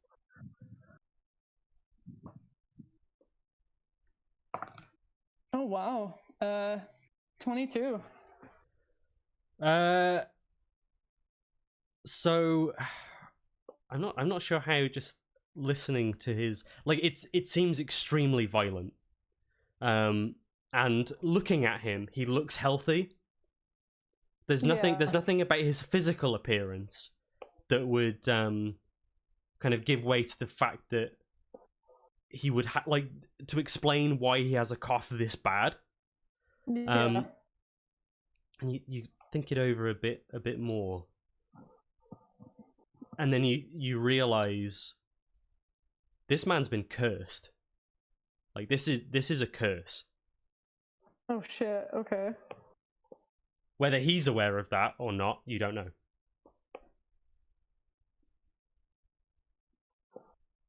Right, okay. Sorry, what was he saying? He was about to say something. He's just essentially going to say, I've pledged my allegiance to this organization, but I will walk away from that in exchange for assistance. With your affliction. As I say, you're a healer. If you can cure me, I'll take my men. It's only these two, unfortunately. And I'll go my own way. Feral can shove it up her ass.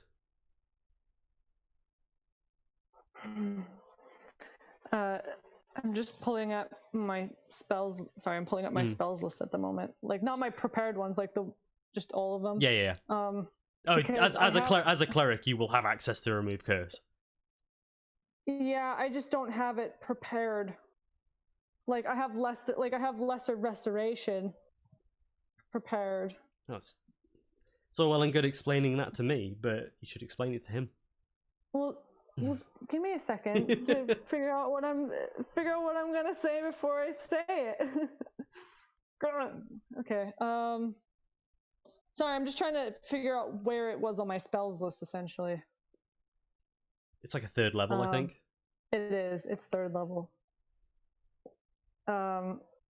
Durabelle is going to, in good faith, put her axe away, and ask if it's all right to approach, just to get a little bit closer, so they're not just standing awkwardly on a bridge. He just gestures for you to come forward. He doesn't say anything. He just kind of motions for you to come in. Okay. I stay quiet. Yeah, I tell Quinn to, Yeah. Quinn's following up. Well, I was gonna tell them more to like watch our backs, like watch the way that we came in, sort of thing. Mm-hmm. Like be prepared in case somebody else pops up. She's gonna get a little bit closer and just go. You look generally all right, but just based on the sounds alone, it sounds like you've been cursed with this affliction. That wouldn't surprise me. I have means of taking it away, but I do not have it. I would have to take some time to prepare it. I could do it tomorrow. Make a persuasion check.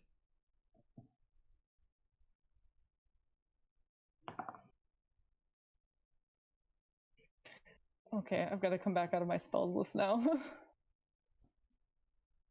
Sorry, bear with me 1 second. That's all right. I didn't roll very good, which is pretty 9. 9. Yeah.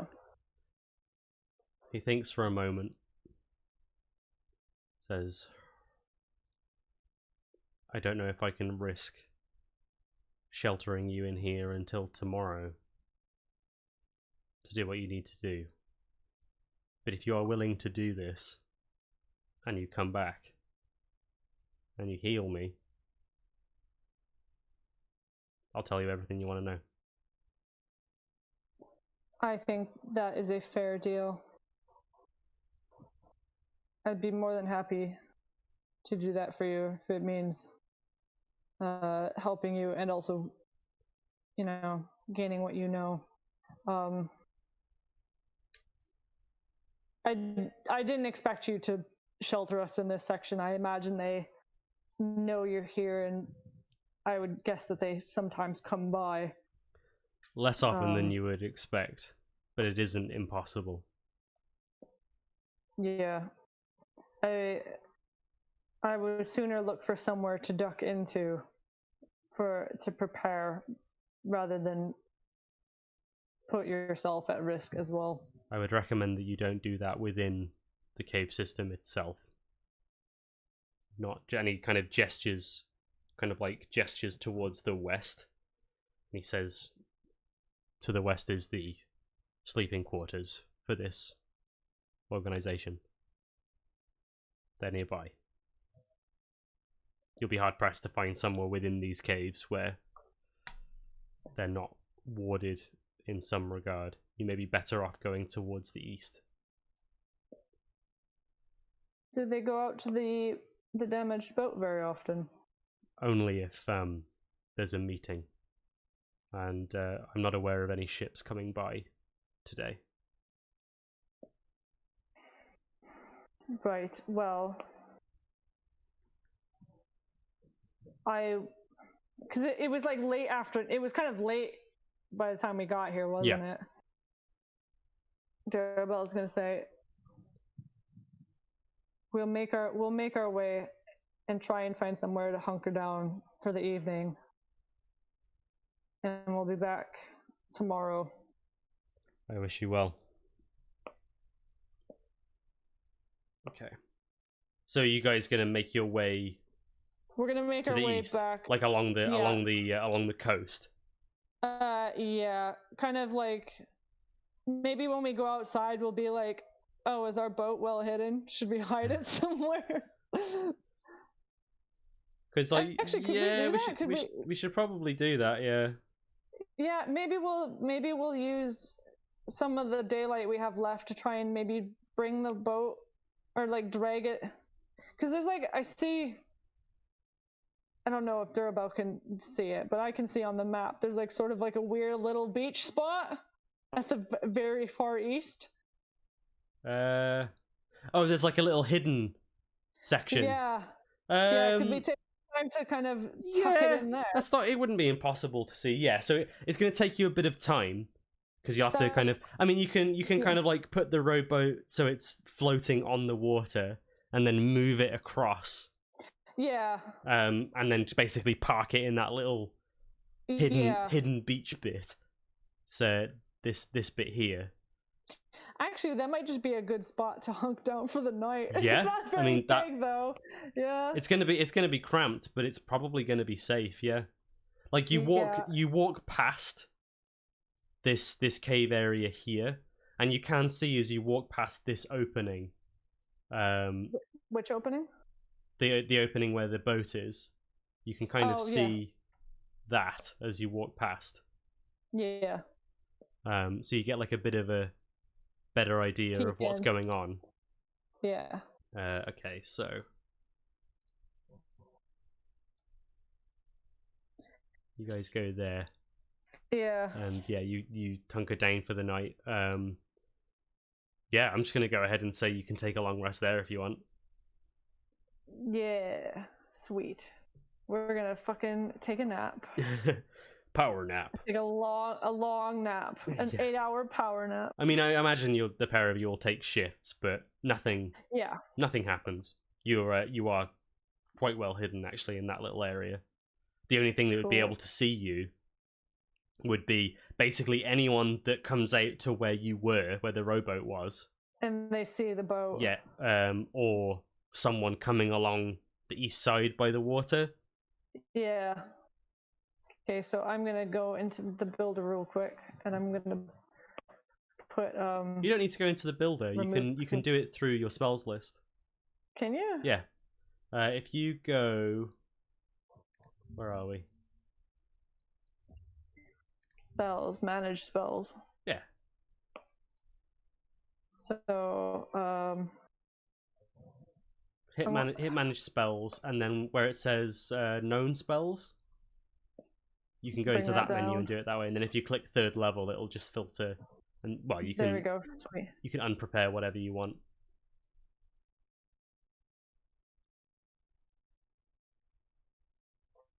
Okay, I don't think we need speak with dead. Wait, I just remove curse. There we go. Okay. So you prepare remove curse. Mm-hmm. Give yourself and Quinn a long rest. Restore your HPs and all your spell slots and that. Yeah, have a power nap. Yeah. And then you wake up. Not refreshed. It wasn't the most comfortable sleep in the world. Well, I mean, we're probably still a little wet. You probably got sand in your armor now. Oh. It's not the best. Yeah. Okay. Okay. So with that done, are you going to make your way back to? Yeah. It's We're pretty gonna quietly make our way back. It's pretty early in the morning, but yeah, you can subtly make your way back through. Doesn't seem like anything has really changed all that much. You can kind of, as you go past where he said like the crew's quarters was, that tunnel, yeah. you can hear some noise from in there. Actually, yeah, go on, make stealth checks as you pass. I also realized that the boots of Elvenkind only give advantage on stealth when it comes to sound, which makes sense. I mean, that's fine because you're trying to move quietly and. Okay, so Duravel got 14. Okay.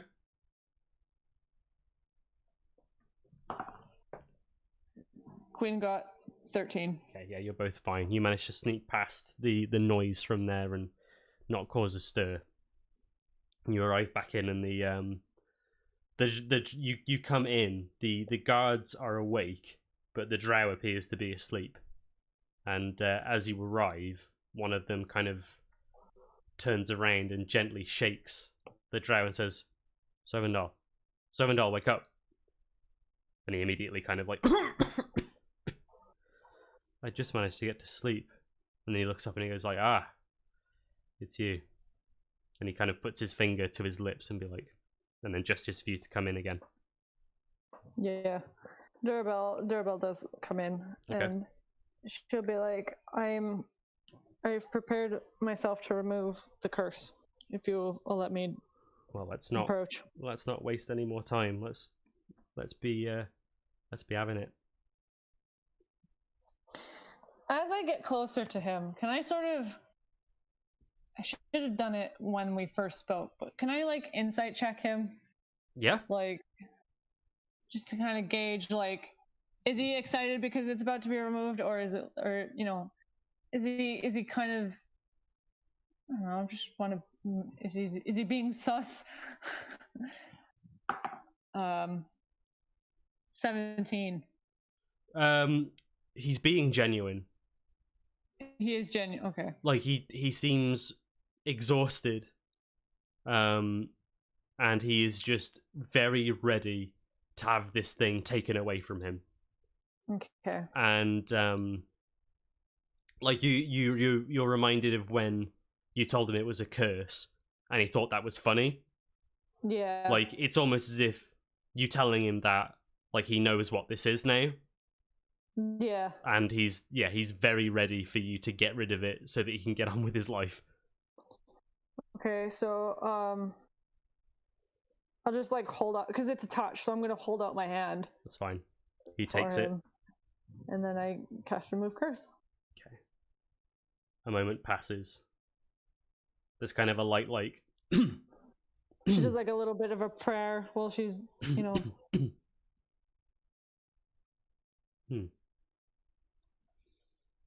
Throat's still a bit dry. And one of the guys like, is it gone? And he kind of just like sits, looks around. A minute goes by, 5 minutes goes by, 10 minutes go by. He kind of like stretches one of his arms, flexes his fingers. The aching's gone. I'm sure your throat is just sore from the general coughing. I'm sure it'll pass as well. Snaps his finger and like gestures to like a water skin that's at the side, and one of the guards like grabs it and passes it over to him, and he takes a big like glug glug glug glug glug. Well, to think that I had my life saved by Durabel Boulderbane, now that is an interesting development. I hope that means you're not going to turn on me now that I'm sat here in front of you. Why would I? Why would I turn on you when you are here to put an end to the very person that I think did this to me? Was this the woman you mentioned yesterday? Gadrill, yes. Absolutely fanatic. Just insane woman. I was assigned here to be her second in command by the current champion of Talos, to keep her in check. She's a well, to say she's a loose cannon is putting it lightly. She's completely, well, she's mad, if you want my honest opinion. And yeah, I was assigned to rein her in, and she didn't take kindly to that. Use my subtlety as cowardice.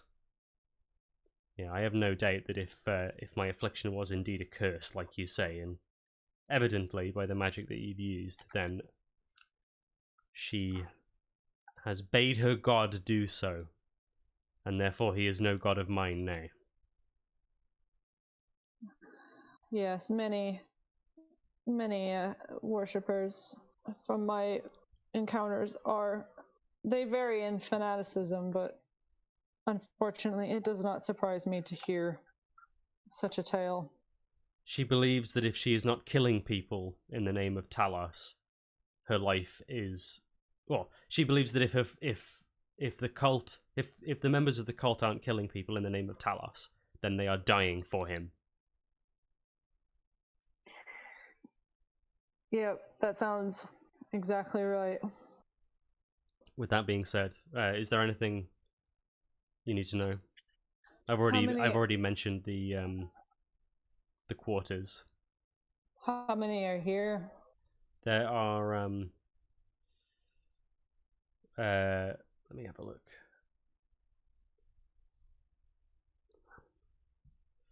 So, not including myself and my subordinates here, there are 8 folks that are stationed here, not including Gadrill herself. There is also, interestingly, a coven of hags that live to the east. I would recommend you stay out of their business. What does Durabel know about hags? Roll a nature check. I think this is the first time hags have come up. 14. They're bad news. They they know very, very old shit, and they aren't afraid to use that to make your life miserable. They are also very whimsical creatures. Like they're not like most kind of, they're malevolent in nature most of the time. just due to the sheer level of power that they wield. But they're not like, they can be reasoned with. Like, sometimes if you can get on their good side, like people have encountered hags and lived. Just for how long, that's another question entirely. Yeah, they're very like, pretty much everything you know about hags is don't mess with hags. Yeah, because it sounds like even if you become friends with a hag, that invites its own sort of problems. Yeah. The drow, actually, the drow will introduce himself. He just says, "How rude of me! I know your name. You don't know mine. My name is Soven Dal Erkines." Soven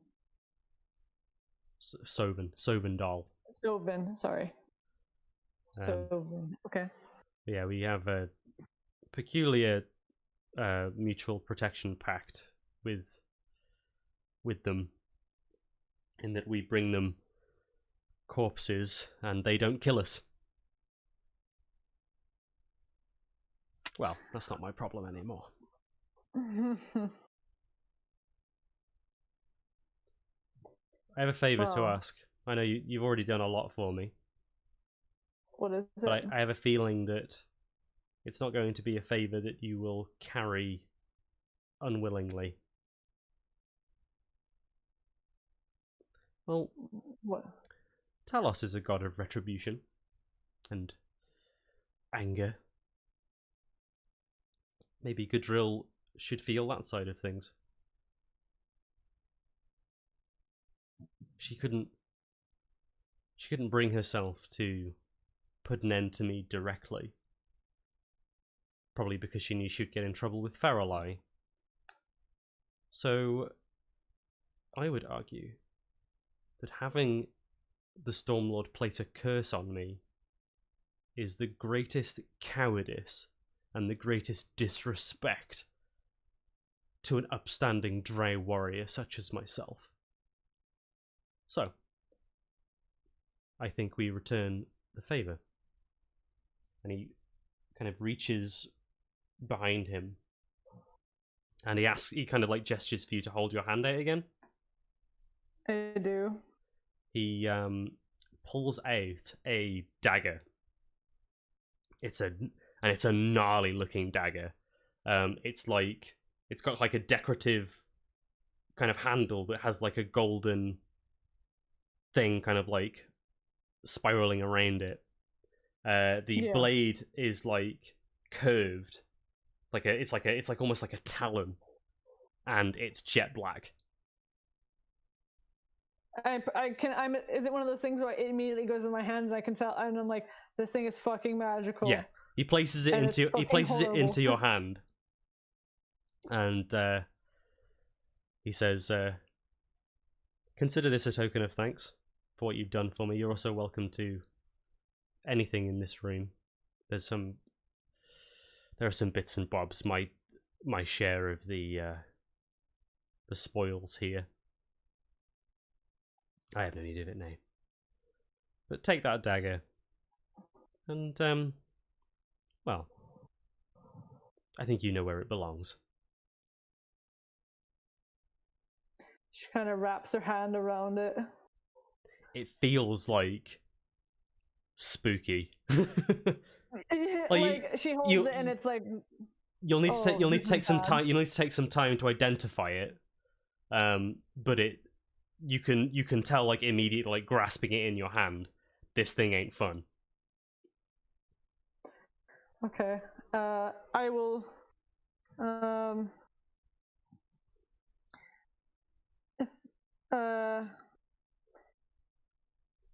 She just goes, if there's anything, are there any tricks that I need to watch out with Gudril? Gudril is blessed by Talos. She is a formidable spellcaster. As you probably won't be surprised to hear, she favors lightning magic. So perhaps prepare yourself for that. Other than that, I would simply be on your toes. As I say, powerful mage. Yeah. I appreciate it. Specializes in evocation magic, but has a few tricks up her sleeve. Me being like, why did I get rid of... Oh, no, I didn't get rid of Dispel Magic. Perfect. what spell did I get rid of to... Speak with Dead. That's right. Yes, that's right. Cool. And I've still got some... yeah, Durla will just thank him for everything, and if, you know, whatever supplies you need of your stuff to take, by all means. Oh, it's only money and bits and bobs. No, I think it will serve you better.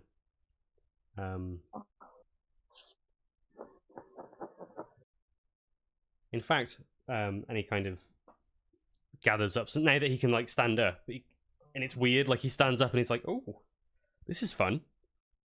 And he gathers up some bits. He's got like a satchel that he passes to you, which has a load of money in it, and like what looks like a jade brooch, which seems particularly expensive. There's like a clattering of what sounds like glass as he hands you 3 potions.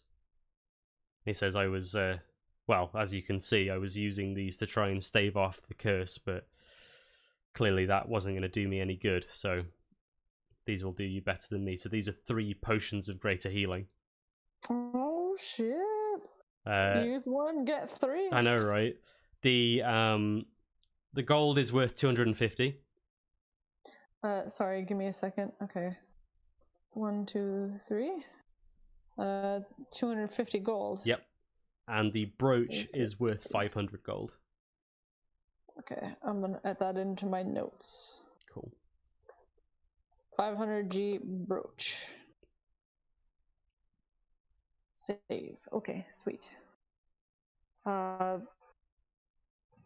Safe journeys. I will. I know you have just recently come away from Talos, but he raises his hand, and he just says, "I'm gonna stay here. For the time being, I'm gonna keep up appearances. Once you have done the deed, then we can take our leave." She nods, Very and well. yeah, we'll leave him to it. Okay. Cool. So you've got a fancy new blade that you don't know what it is. Yeah. You don't have identify, do you? I do not. No. Okay. So you can figure out what it is over a short rest. But until then, you're not sure what this thing's properties are. Well, we need to be careful as well because we need to move. I suppose.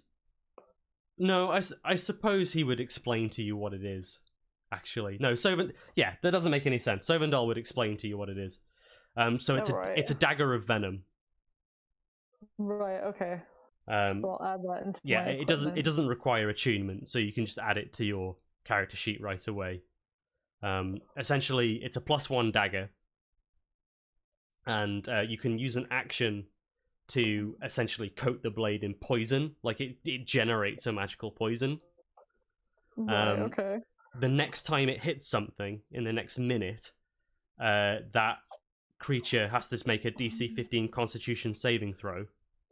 If it fails, it takes 2d10 poison damage and becomes poisoned for the next minute, which means it gets disadvantage on all of its like loads of shit. Yeah, that's pretty good. That is pretty gnarly. Yeah, it's gnarly as all hell. One of my favorites. So it's 1d4 when you hit, but then 2d10 if they fail the Constitution check or the Constitution saving throw. Yeah, so it'll be like 1d4 plus your strength modifier. So it'll be 1d4 plus 4. No, it'll be 1d4 plus 5. And then yeah, if it hits. Also, the funny thing is, you'd get divine strikes with it as well. Oh my god. So it'll be 1d4 plus 5 plus 2d10 plus a d8. That's a lot of damage. That's a lot of damage. Okay, so what are you doing? we are going to make our way back. Maybe to like here. Okay. So which way are you gonna take to get there? I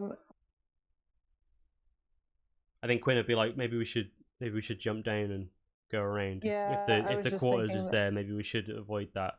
Like, yeah, so maybe go here and like go to about here instead. But yeah, we'll go down and around. It's early morning now, so hopefully we can get in and get out before they notice. Okay, so you guys head kind of back this way. Where to now, boss? I mean, we know where they sleep, but he probably would have explained to you as well that she's essentially like, if you go through that room, if you go through this room here, she is straight up. Oh shit! Okay, I was just about to say we should map out that way, but if we know she's that way, I mean, the only other thing is we could scope around. We could go around the boat and go around that way. We just have to. We run the risk of running into the hags. Yeah, that's true.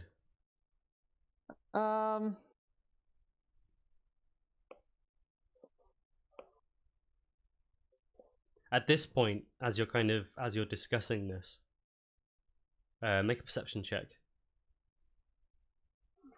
So both you and Quinn make a perception check. Actually, no. What's your passive perception?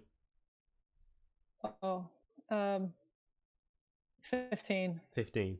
You can hear footsteps coming from where we were. Coming from that corridor. Okay, so we're gonna. So this is a tunnel here, isn't it? Well, you don't know. You didn't explore up there. Oh, I suppose. There's like a cliff here. If you climb up, you assume it might lead into that area, but yeah, I kind of want to move around to maybe like here. Okay. Kind of listen. Yeah, you move around back there and you listen in, and you can hear like it's difficult because of the echoing from within the caves, but you hear what appears to be the sound of like somebody struggling and being like, no, please no, don't, followed by like an echoing voice, the voice of a woman that you can hear basically being like, I'm sorry, I just don't feel like you quite have enough faith in the Stormlord, so of course I have to test you. So it's inevitable. If you just tried harder, we wouldn't be in this position, would we? And the sounds kind of like devolve into sobbing and be like, no, not the blowhole, please. It's like the blowhole. Like, the blowhole. It's just like, would a faithful and stalwart follower of Talos whine and cry like that? No. You must be tested. Can we actually climb up the little cliff? Yeah, go ahead. It's not difficult. You can scramble up. I just kind of want to, while we're hearing this, I kind of want to use the opportunity to see if we can sort of sneak a little closer. Okay, so let's reveal this then. Okay. So you will need to make stealth checks then. Okay. This is fine. Okay, so I've got 15 plus 2. And Quinn has a 13 plus... I think he's plus 2 as well? Yeah. Yeah. Okay. So he's got a 15 and I've got a 17. So you can see passing through this room and kind of heading in this direction. Yeah, maybe we're sort of crawling on our belly to kind of... You see like this just ridiculously tall woman. She must be like 6'6" or something.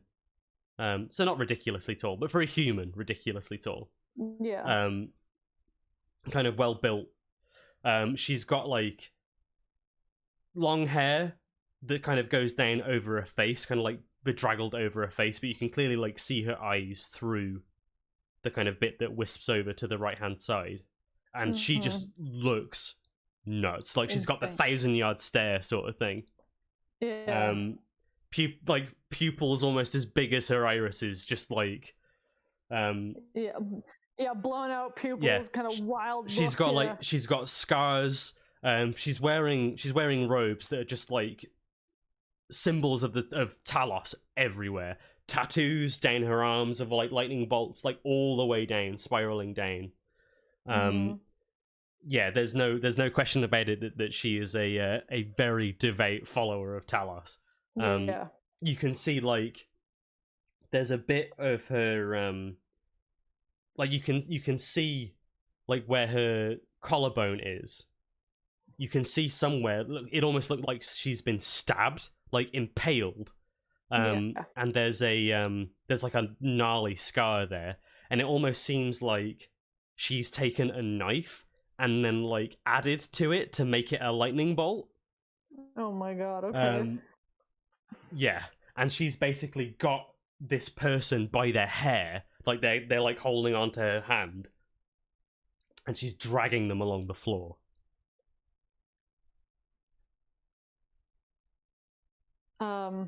While this person's like, anything but I'll do everything you want to prove myself, just not the blowhole, please. And I bet Quinn's like, I kind of want to see what this. I want to know what the blowhole is. Is she in charge of the blowhole? Probably. Like she's a follower of Talos, but you know. I mean, that definitely looks like what I imagine. What is it, Gadrill to be? Yeah, I think that's our woman. Yeah, it's not going to be anyone else, is it? Unless there's a taller, more muscular, more insane looking follower of Talos in here that we need to worry about. Yeah, well, I hope not. She's already looks like she's as far as I. So she's like disappearing off down this corridor. Okay, just as they're far out of range, I want to really quickly tap Quinn and give aid. Okay. I'm doing it at. Oh well, I guess no. Yeah, I hit it at 3rd level, so I guess I'll do it at 3rd level. So both of you get 15 hit points. Is it right? 15? I thought it was plus 10. No, it's because is it a 2nd level spell? Yes, it is. So it's plus 10 then, yeah. Because it's 5 for 2nd level and then an extra 1 for each beyond that. Okay. So I need to change Quinn's max HP to 68. And then I need to change mine to 72. Okay. There we go. Okay. Yeah, I just was like, okay, I'm gonna really quickly slap that on as they're like away from us. Yeah. Because it's got a verbal component, so I was like, wait until they're far enough, tap it really quick, and then we're gonna trail a little along. Okay. So keeping your distance. You said they went this way, right? Yes. Can we go to here? Like, can we watch from around this corner? Yeah, you'll be able to watch from there. So you kind of make your way around and get to about here, keeping a safe distance. And you can see now that so she drags him to here. Yeah. And then like basically throws him face first into the water down the bottom. So he drops like 3 or 4 feet and just like into the water. And she just kind of like jumps down beside him. He tries to scramble away, but there's no chance. She just like grabs him by the shirt. It's just the 2 of them, right? That's right, yeah. And she's just dragging him up towards the shaft of light that you can see. For a moment, Durable thinks, I'm glad I didn't go investigate whatever that is.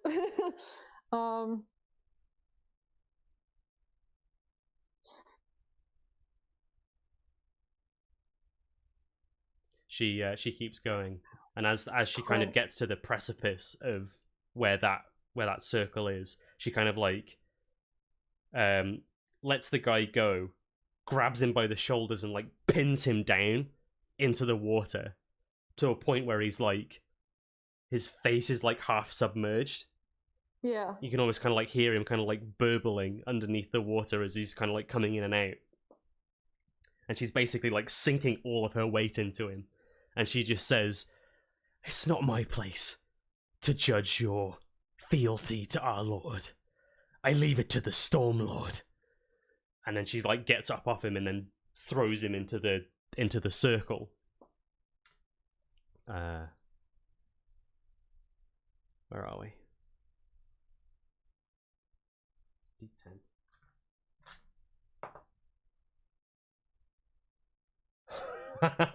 I tell Quinn that he better be fucking ready to rumble. Okay. The moment that he lands in the circle, there's kind of like a moment where he like looks like he gasps for air, looks up at her, and she's just got this. I mean, you can't see because her back is to you, but to us, the audience, she has got this like, it's like the Guts grin. For anyone who's read Berserk, it's just like this massive, insane grin as the water in this whole area suddenly like coalesces into a massive geyser that just shoots up and literally like jettisons the guy out of a hole in the top of the cave, and he's just so he gone. goes up, and we have no idea where he went. He's just gone. Just disappears.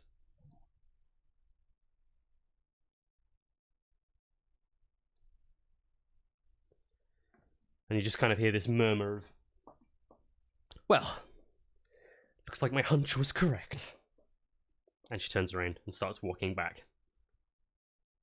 So she's like walking back towards us, isn't she? So like the geyser goes up and then kind of comes down. In fact, it comes down and kind of starts to refill this area back with the water. Like it took all the water out of this area, and now it's replacing it with like this surge. There's kind of like, it's almost like raining in this area a little bit. There's like spray from where it's impacting. She takes a moment with like her arms outstretched just to like let it wash over her a bit. And she's like, right. And yeah, so she's heading in this direction, leading you to assume that she's probably going to come around and go up the stairs. Right. Okay. She's like, what's going on? What are we doing? I just need to check something really quick. Are we doing this? Are we going? Hold on, I'm trying to look at my spells. I'm sorry. What is this? Is this Durabelle saying that she got a little book? No, Durabelle's like, shut up, I'm thinking. So, no, I was trying to see if something was visible. Okay. I was trying to see if Guardian of Faith, like if I put a Guardian of Faith out, is it a visible thing? Oh yeah, that's a very visible thing. But I can't put it out, like I can't just like put it on her and she gets hit by it. Like, no, that's not how it works, yeah. Right, okay. So Quinn and I are gonna back up to about here. I was gonna say you could. We're gonna back up because it's like a 15-foot. It's like a 15-foot range, isn't it? It's, let's see, within 10 feet of the Guardian. So if you put the Guardian it's like got a range of 30 feet. Yeah, it's got a range of 30 feet. You could put the Guardian like here. Yeah. And but she won't. Didn't you say she's coming around to here? Yeah, but she's got to walk. If she's going back to where you assume she is, she's got to walk through this area to get to where it is. So she's got to pass the Guardian, and she won't see it in this corridor until it's coming for her. Okay, right. So if we go, if we, as she's coming this way, if we sort of hug to go around here. So you're kind of coming around this way. Yeah, as she's sort of like coming down. Yeah, so she's passing this way. So you guys are gonna have to retreat into this room and come around. That's fine. And then I'm gonna put. Yeah, I want to put it where she's not gonna see it until she gets into range. So it's gonna need to be like there. Yeah.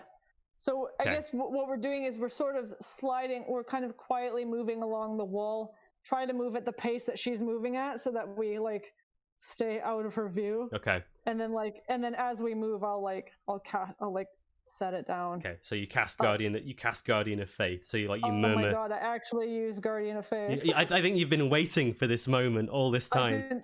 I've been wanting to use it. Yeah. So you murmur this prayer to Talos. What does Not to Talos? Not Talos. You murmur.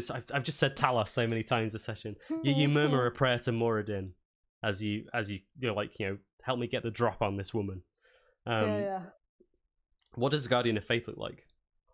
It's gonna look like the most beautifully crafted and most Moradin looking thing. Like, I want her to, like, the moment she sees it, it's like gonna be in a front. Like, maybe it's like a hammer of Moradin, and like so crushing a light. Like, it takes the shape of a person. So like it's like a humanoid figure. Does it? Yeah.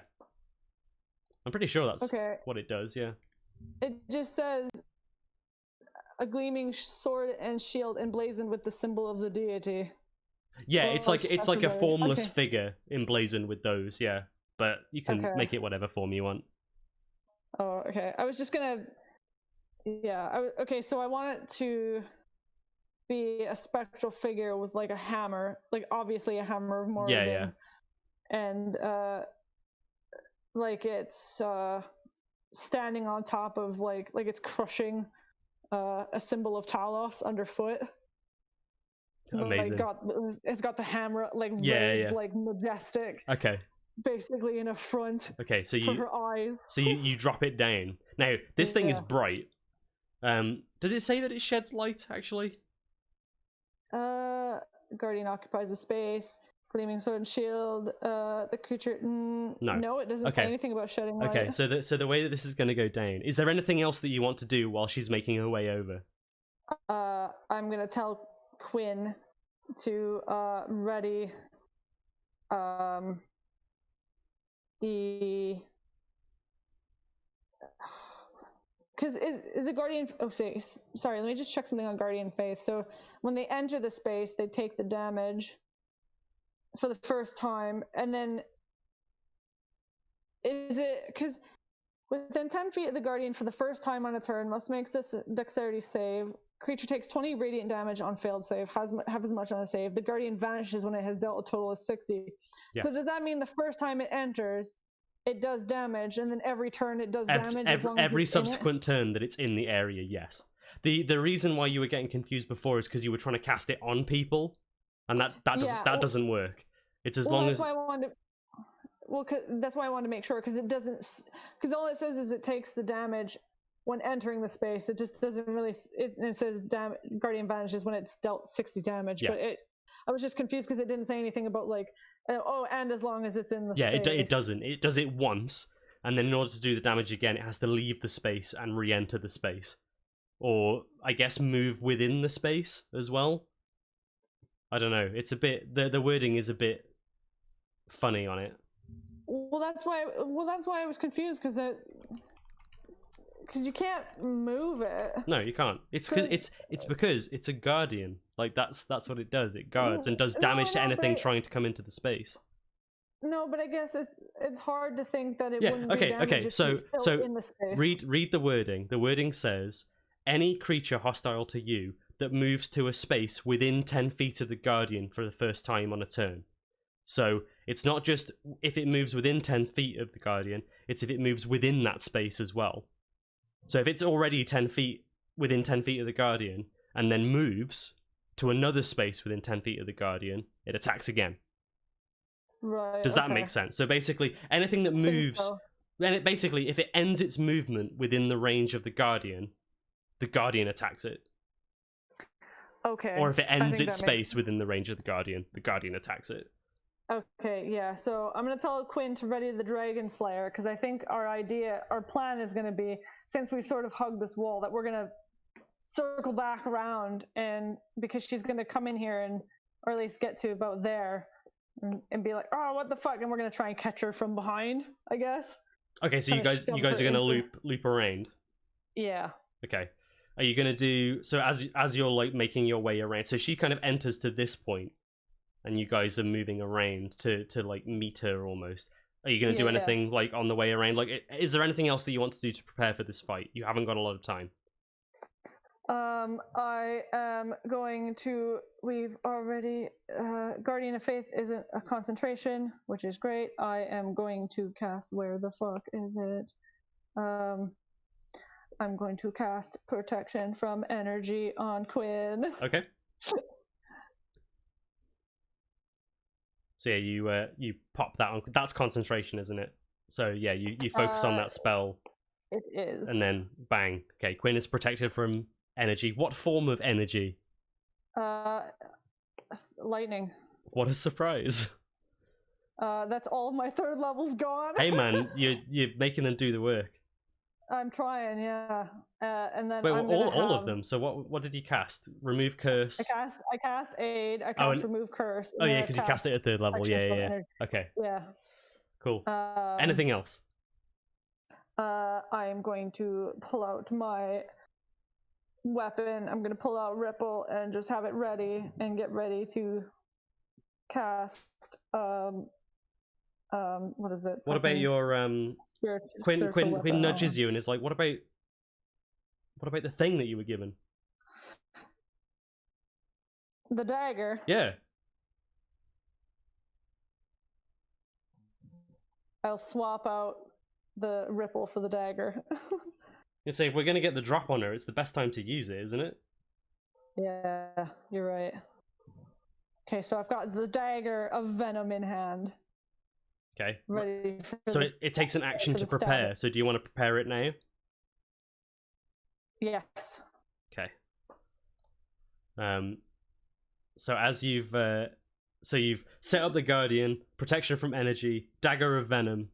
You move your way around to the side here, just in time for her to notice this strange light from the corridor that kind of like, she's like, what on earth is this? And she slowly makes her way over to the corridor, and then she sees it. This like gleaming like effigy of Moradin. Abomination. Yeah, that's like standing on like a symbol of Talos, crushing it underfoot, and she just lets out this like blood-curdling scream as it smashes into her with the hammer. Sweet. So she has to make a dexterity save. Yeah, well, let's roll initiative first, and then okay. I'll deal with that. Okay. Oh no. Durabel, why? That was a terrible initiative roll. 6. 6, okay. What did Quinn get?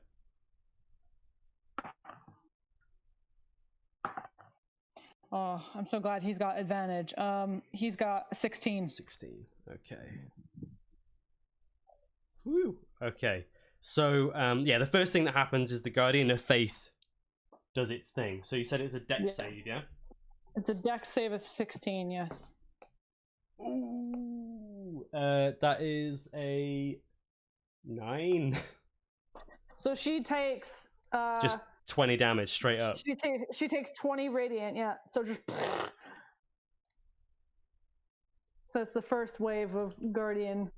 Okay, yeah. So it crashes. Like she like raises up her hands to like try and defend herself, and it just smashes into. She's like, ugh! But because of that happening before initiative is rolled, she's not surprised anymore. That's fine. So Quinn gets to go first.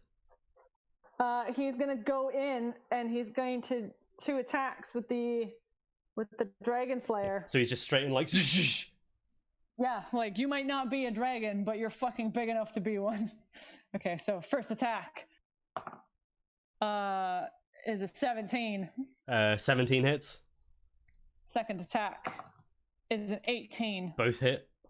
Okay, so 2d8 plus 10. Wow, 2 7s. So 24 slashing damage. Hang on, sorry, 1 sec. 24 slashing damage. Yeah. Jesus Christ. So yeah, Quinn just runs in and he's just like, wait, yeah. He's like, your blowhole sucks. And then yeah, just like takes two big slashes at her. She like staggers back. Like the look on her face is like surprise, a little bit of confusion, and just like just seething anger. Like she's like, what on earth is going on? And then she sees you, and it's like anger combined with like a sadistic joy. Yeah. As it's now her turn. Yeah. And she just like, she kind of like glances down at Quinn, doesn't really pay much attention, and then looks over at you. But then she sees me, like, and I'm just like, it's you! It's almost like I lower the shield and reveal my face. Durabel Boulderbane! I was wondering when you would arrive! And she's like, I've got a gift for you! And she raises up her hands, and like, energy begins to crackle. And she's like, a gift from Talos himself! And she's gonna cast Chain Lightning. This fucking, basically a laser beam comes out of her hands of like plasma lightning that just streaks straight through Quinn and into you. I need both of you to make dexterity saving throws. Unfortunately, Quinn has, he won't take as much damage from that, will he? Well, deal with it first. Okay, so dexterity save. I'll do Quinn first. Yep. He got a 4. Okay. Quinn, what is this? Why is Quinn rolling 2s? Okay. Quinn just likes 2s. Me. Yep. It's a good thing you cast it on him, isn't it?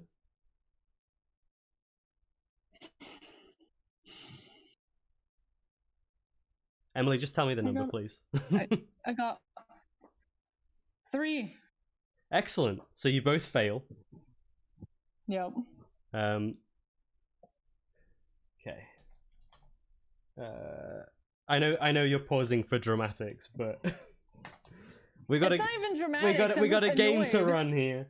I'm just doing it because I'm annoyed. Okay.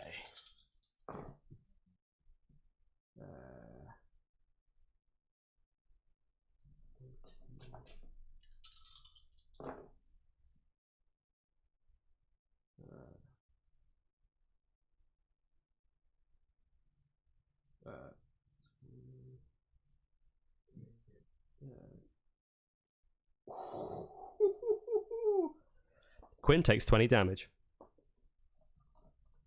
Is that with the? Yes. Wow, it's a good thing he had that on. Yep. You take 40. And I need to make good Constitution save. So you know how I said you need to take at least 20 damage to for a concentration check to be higher than a 10. Yeah. So yeah, make a concentration check now. 18. It's not enough. You needed 20. I was gonna say I would have had to get a 20. Yeah. So the protection. To be fair though, it's done its job. Yeah. So yeah, you just feel this like there's the smell of ozone and then just clear white clouds your vision as you're just like this. There's nothing, and then there's pain. As your body is just completely racked by this energy, it like takes you and Quinn both off your feet, and she just like cackles maniacally as that happens. She's just like, I've been dreaming of this day, and it's your turn. I'm going to run at her, and bring the dagger of venom down on her. Okay, so you're just like, I'm gonna do it like, I've got like this, like, you know, like in my fist, like to stab down, but I'm gonna actually try and like go for like a side, like in the kidneys sort of thing. You just like jab it into a side. She's so tall that I'm not gonna get her in the chest. I'm gonna get her where it's soft. Okay, make an attack roll. Oh, 15 plus 8. That is a hit. Okay, so 1d4 plus 5. Plus 1d8. So we'll do that first. I'm trying to do it in one at a time, sorry. So 1d4 plus 5. So that's 8. Yep. And then a d8. And a d8 for divine strikes. And then that's a 5 So on what's top that? of that. So what's that in total? So 8 plus 5, so 13. 13. Okay, and then she needs to Plus- make a. Hang on, she's got to make Yeah. a save first. Yeah. So it's a Dex save. No, it's not. It's a the con DC save. 15 con DC save. 15 con save. 10. So I need to get another D10. And roll it twice.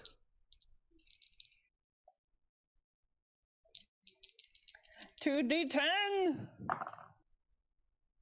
That's 12. 12 poison damage. Oh my god. And now she's poisoned. So like you jam it into her, so like she's like got her arms outstretched and she's just laughing at you as you run towards her. And she's just like, I don't give a shit. You do whatever you want. I'm not afraid of you.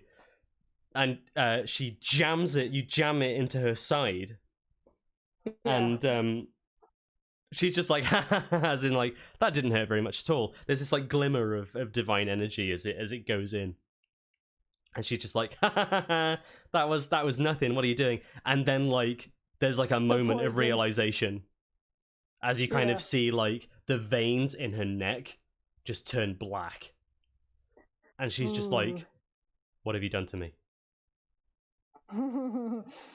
And yeah, like her arms kind of go slack and her strength fades. Good. But she's still standing. Okay, it's Quinn's turn. He is going to second wind first off. Whew, just gonna get that out of the way.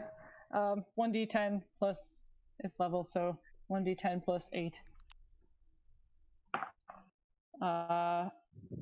13. 13. A lot of like 13s tonight. 13 doesn't hit. No, it's not a hit. I'm doing second wind. Oh, sorry. No, it's okay. So I'm healing 13. Yeah. And now I'm going in with the Dragon Slayer. Okay. The first attack is a 16. 16 does hit. Okay, second attack is a 28. Oh my god, yeah, so both hit. Okay. So that's 22 slashing damage. Jesus Christ. Okay. So like she with the poison coursing through her veins, she like staggers back, takes a deep breath, and as she does that, Quinn just like ducks down under your arm. And takes another 2 like quick slashes to her body, and she's just a mess like already, like completely like almost like cut to ribbons. Like this, you can see that the black substance is like spreading through her body. Yeah. How long does the poison last for? Is it just 1 minute? It's a minute. But it's like there's no. That's it, isn't it? She's poisoned for a minute. There's no getting out of it. Okay. Yeah, there's no save on anything. Okay. Wow. So it's her turn. She needs to make a save, doesn't she? Or is it no, at this? She hasn't moved. Okay. What's the save against?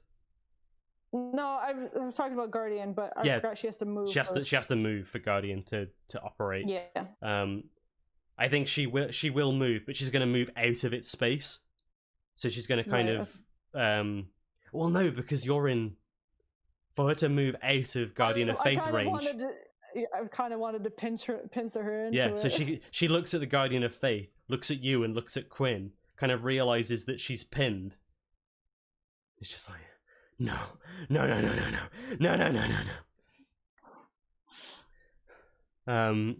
She's just like, I'm gonna kill you, and I will forever be Talos' champion. Like she can Misty Step, but there's no point. I suppose it's she can't go very far, could she? She can't go very far. What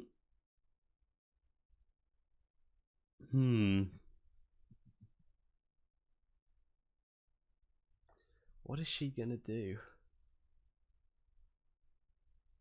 I think she's just going to. I think she sees the opportunity in front of her, like you're right there, and she's so fanatic that she just raises her hand up again, and you can see like electricity like coalescing in her hand once more. Mm-hmm. And she's just gonna throw out a lightning bolt, not a chain lightning, just a lightning bolt aimed at the pair of you. So I need you both to make dexterity saving throws again. Okay. I'll do Durabel first. 13. 13's a fail. Quinn. Oh, Quinn got a 17. He's fine. 17 is fine. Okay, so yeah, another bolt of lightning crackles out through the pair of you. He doesn't have protection from energy now, though, right? No, he doesn't. Okay. I lost that. But I might be in trouble. Yeah, this was a pretty good one.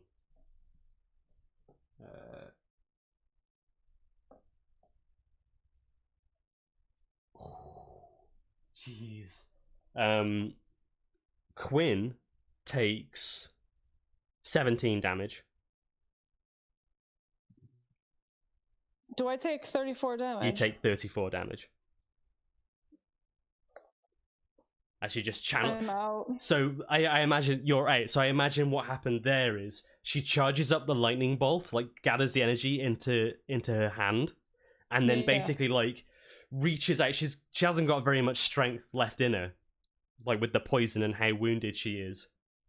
But she like reaches out and like touches your neck, and then you basically uses her grip on your neck to pull herself forward. So like she falls forward, and then basically like shoves her hand like open palm into your chest, and then just blasts the lightning bolt straight through you and into Quinn.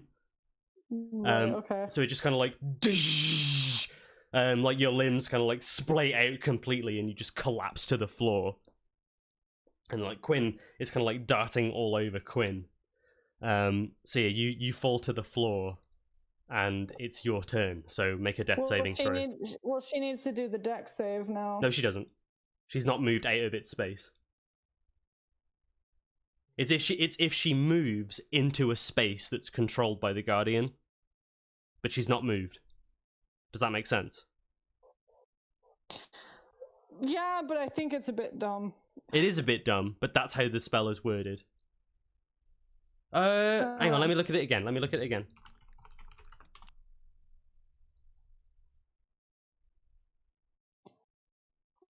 Because that's the thing, because it doesn't say anything about after it's in the space. It just says when it enters the space, and then that's it. Yeah. Any creature hostile to you that moves to a space within 10 feet of the Guardian for the first time on a turn. So yeah, she has to, in order to trigger it, she has to move. Okay. I'll roll my save then. Yeah.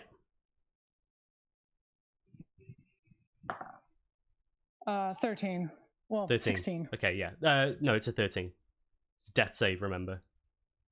There's no bonuses to it. You don't get a bonus. No. Okay, yeah, so a success. Okay. It's Quinn's turn. Well, Quinn is going to... I mean, he's going to use...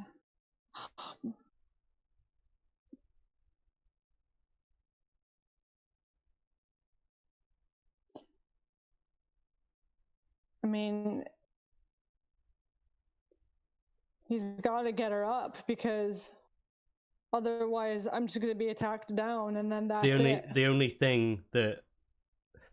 So yeah, it's like the issue that you've got, like she's very wounded. Because the other thing is, if he spends his turn getting you up, she's just gonna down me again. She gets a turn before then, and she has more spells. So it's like, do you take the gamble? Like, I guess that's the thing. Like, do you take the gamble, or because she is like profusely bleeding, her skin is like almost all of her like blood vessels are full of this like black goo. She's bleeding profusely from all of the sword hits that she's taken. She's not in a good way. So I guess that's the thing, isn't it? It's like, do you do you get up and pray? Or does Quinn just try to take her out? Does Quinn take that risk? Because the problem is, as well, is this woman is bent on getting Durabel dead. So I don't know if she's just going to keep attacking Durabel until she knows that Durabel won't get up, or would she shift her focus to Quinn when he starts attacking? I think she's like, now that Durabel's on the floor, she is like bearing down on her. That's, yeah, so like she's like preparing something else, like she's getting ready to do something else.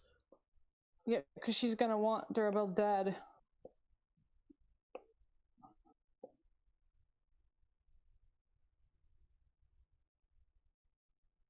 So Quinn has to make like a split-second decision. It's like bullet time right now. Yeah, exactly.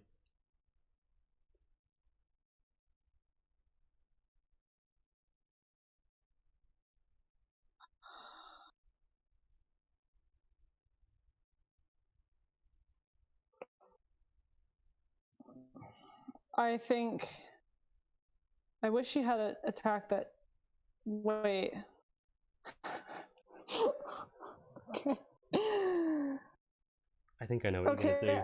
I've had an idea. Okay, I'm gonna gamble on something. Okay.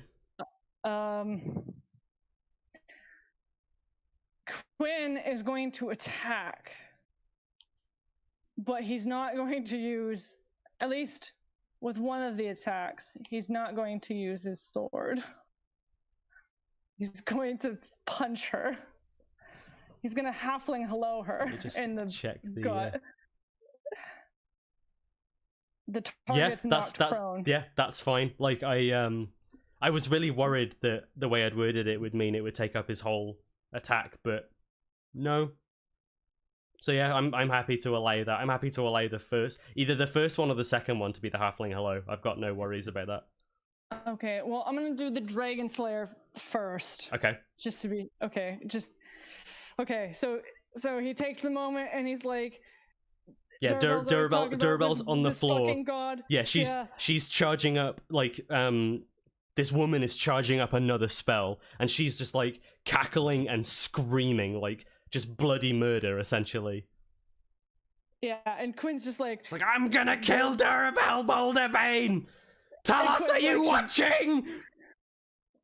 Quinn's like, man, Durabel is always praying to this god and that god, and if they're listening, I hope the fuck they help me now. Dragon Slayer. 14. 14 total. Yeah. Miss. Oh my god. Okay. So he's gonna go in with the punch. Come on.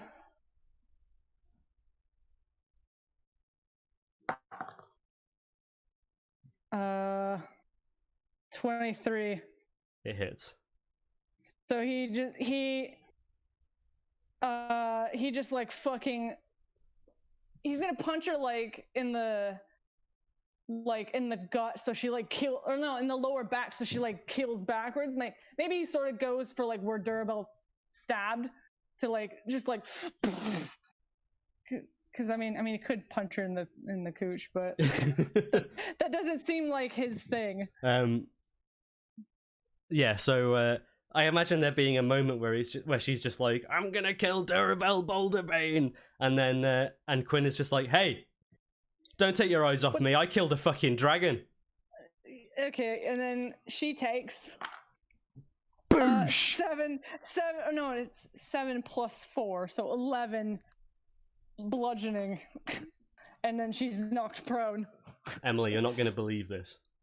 What? She had exactly 11 hit points left, and I'm not. Oh my god! I'm not even bullshitting you. Like I was ready to fudge it and have her die, no matter what. But she is on exactly 11. You said 7, and I was like, oh shit. And then no, that is exactly. I forgot the plus 4. So he just like slams his fist into like the base of her spine, and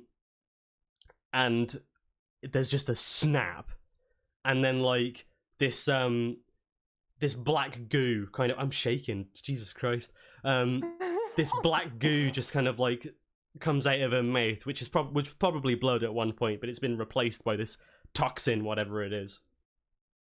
And she like falls over onto her knees, like on top of Durabelle's unconscious body, looks down at her, and it's just like, no,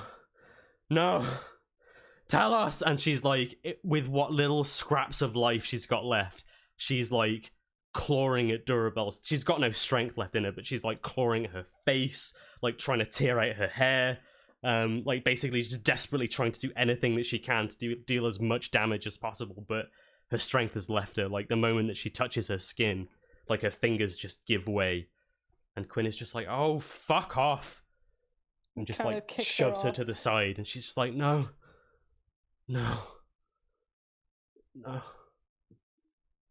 And then it's silent, and Quinn just administers a potion of greater healing to you. Yeah. So you want to go ahead and roll 4d4.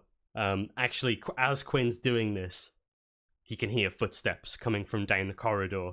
Like all the screaming and all the noise has alerted people. Yeah, no, I know. He's like, he's just like, right, okay, yep. Pull the cork off with his teeth. Yeah, he's like, right. Come on, get the fuck up, Durabelle, get the fuck up. Okay, 4, 8, 9. No, that's 13. 13 plus 4. 17. Yeah. No, 17. So 17 healing, not 17 damage. So Durabelle wakes up with a gasp, like like a painful. Your body is completely numb, like from the amount of like just sheer, like you took like a point blank lightning bolt. So yeah, you can't feel your arms, you can't feel your legs, but they're there and they operate. I can feel them, I just can't move them. Yeah, well, no, you can move them, you just can't feel them. Oh right, okay. Then they're numb. So is it sort of like that painful numb when your limb falls asleep and then it's like, yeah, pins and needles? Yeah, you've got pins and needles in all of your limbs right now. You've got pins and needles in your head. Oh. Like every movement feels like that, and Quinn's just like, we haven't got time, don't whine, don't complain, they're coming, we have to go. Okay.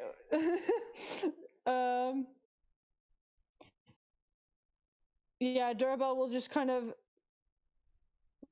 roll onto her feet and be Quinn's gonna like grab you, and I think he's going to we're gonna get up here, we're gonna go up here, and he kind of like gestures to the cliff face, and he's essentially like throws you up there, sort of. Okay. Make an athletics check for Quinn with advantage. Oh well, no, make an athletics check for yourself with advantage as he's helping you. For Durabelle, okay. Yeah. Oh my god. A natural 1, a natural 20. Oh my god. So Durabelle is like, you go to like start climbing up the wall, but your body just isn't. Yeah. You're so exhausted and you're so numb.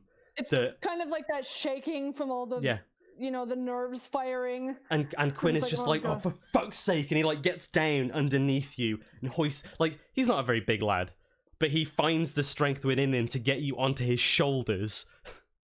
And and then basically like grabs you by like the waist and essentially like throws you up just enough that you can grab the side, and like you find the strength in the last moment to grab the side and pull yourself up. I'm assuming he's gonna get himself up as well. Yeah, he jumps up as well. He runs up the side. Okay. And like essentially starts like dragging you over into the corridor just as some cultists burst in, and they see this body, and they're just like, the Guardian's still there. It's like, the Guardian's still there as well. No, it's not. Yeah, I think it is. It would it be still there? It lasts 8 hours or until it does all its damage. So it doesn't care if you die. Well, here, let me look. No, at it I suppose you're right, because aid lasts. Oh my god, yeah. So they would run through. Okay. I don't know. Yeah, so Yeah. so they run through and they're just like, oh, what the hell? And it buys you some time, effectively. So like Yeah. because it'll attack and it does 20 damage, right, on a failed save. It's got 40 damage left in it. Yeah, because it only managed to get one attack on her, so it's got 40 damage left in it. Okay, so let's do. Well, it depends because if the creature succeeds its save, it doesn't. It takes 10 damage. It takes half, and that comes off the damage dealt. So Yeah. that's saved, so it takes 10. Fail, so saved. So it's got 20 left. Saved. So yeah, it just basically starts mowing through these people for a while. And then yeah. It does disappear, but it's buying you time because they think that that's the enemy. Because Right, like they see Gadril's body and then they see this thing standing there with like this like broken symbol of Talos on the floor next to it. Yeah. So they're just fully focused on that while Quinn is like dragging you towards the exit of the cave and basically like boots you off the side. It's like we've got to go. That thing's not going to last long. We need to go. And then because it like disappears. Like a few of them are dead. The ones that are left are like, what the fuck? What the? Well, Spread out. We have to find them. Can I use this opportunity to use my preserve life while we're fucking scrambling around? Yeah. Okay, so I can restore up to 40 HP. Quinn is not too bad. I think just pump it all into yourself. Yeah. Yeah. So you can restore yourself up to half health. So. Which right now is higher because you've got aid. Yeah, so I can heal up to 36. So, hold on. Can't do math. So I can heal 23. Yeah. On myself. And Quinn, I think, isn't. Oh no, Quinn did take a bit of damage. So. Quinn's at 40. I mean, I might as well. You can't heal him above half HP. So if he's above half HP, he's above. Yeah, he's above. So okay, yeah. But still, that was a good chunk of healing. Yeah. So you kind of like you pray to Tyr, and there's like a wave of elation that comes over you. Yeah. Like almost as if you kind of. It's not, but it's like the equivalent of you hear a voice in your head saying, "Good job, you did it. I'm very proud of you." Like there's this feeling of like you know that Moradin is proud of you. Okay, yeah, good, sweet, amazing. It's like Lady Gaga gift. Incredible, amazing, elated. Oh wow, awesome.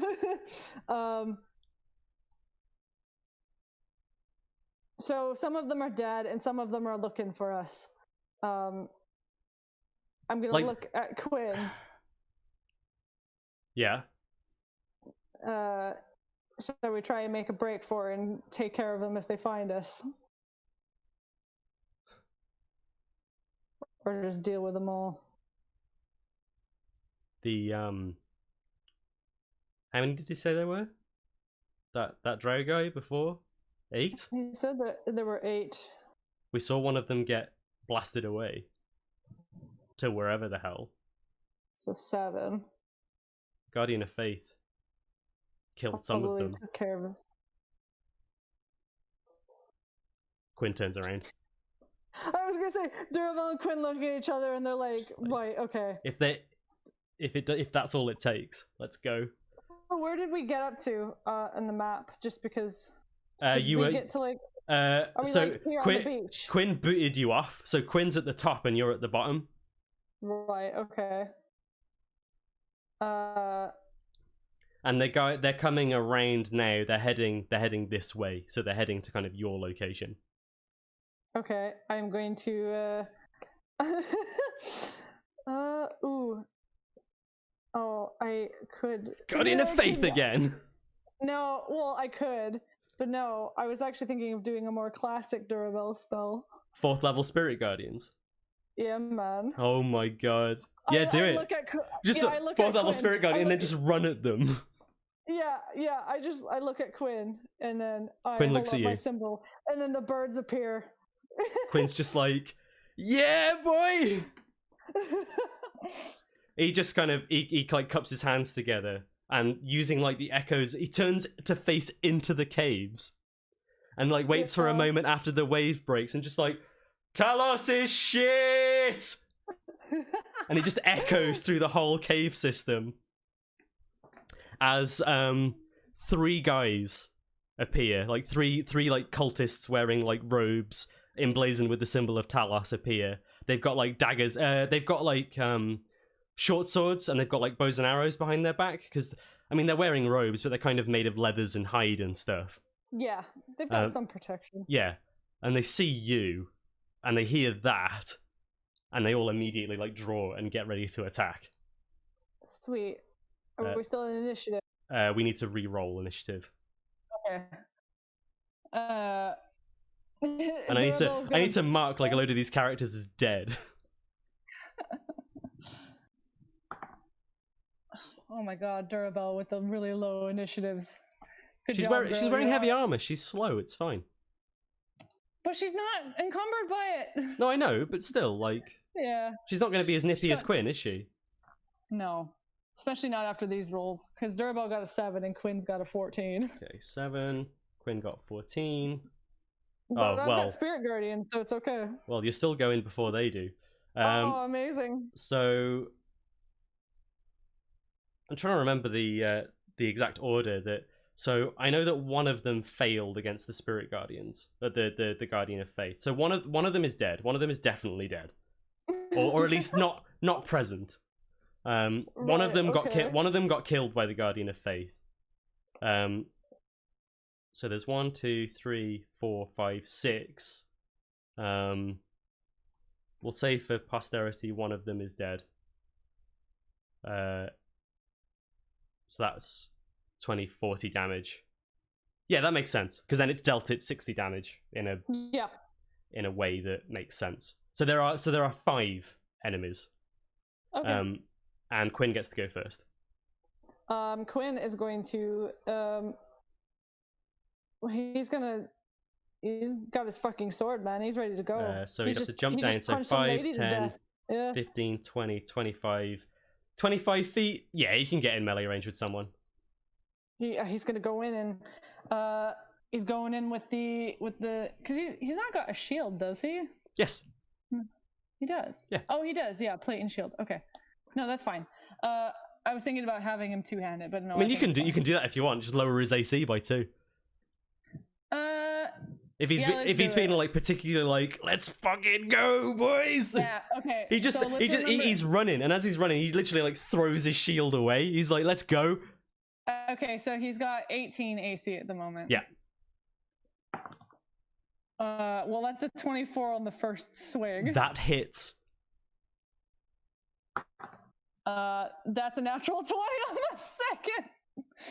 Oh my god. Do you want to roll damage for the first one first? Yeah. So that's a D10 plus. Which is it's plus 5. Plus so 5, yeah. But I rolled low, so it's 7 damage. 7 damage. Okay.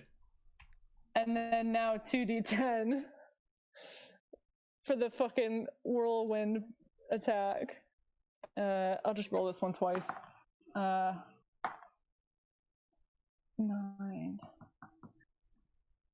18. So the way I'm going to do this is he like lunges up. One of them's like ah, as he like stabs one of them in the stomach, and then pulls the sword out. And then with his second strike, he goes to like somebody else that's next to him and basically just bisects them. Oh Jesus! And Quinn has got like there's something about him, like he's just gone nuts essentially. Like it's almost as if it's like the adrenaline is going and yeah, he's like, let's just fucking he's got the adrenaline pumping, and I think like maybe a little bit of Gadriel's kind of craziness has rubbed off on him a little bit, because he's like, I'm gonna fuck them up. I'm gonna fuck his shit up.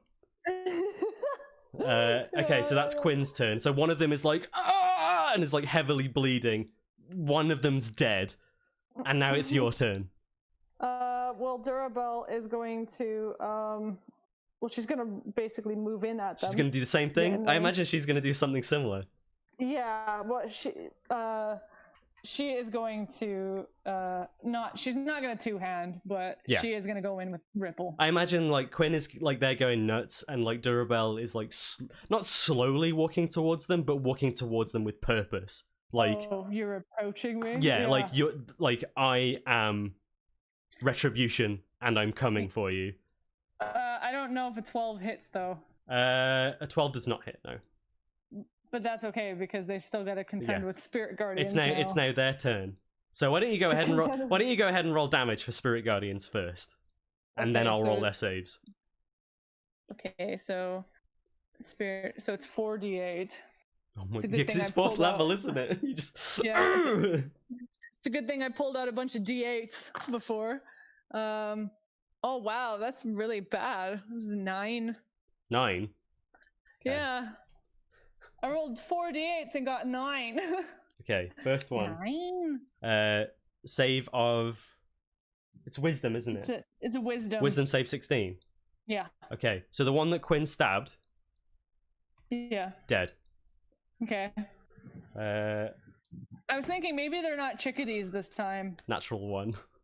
Oh, So that one man. takes 9 damage. Okay, what are they this time? They're shrikes. Of course they are. Um, they're still cute little birds, but these Second ones one. have well, the purpose. third one, should I say? That's the second natural 1 in a row. Oh my god. Third one, another 12.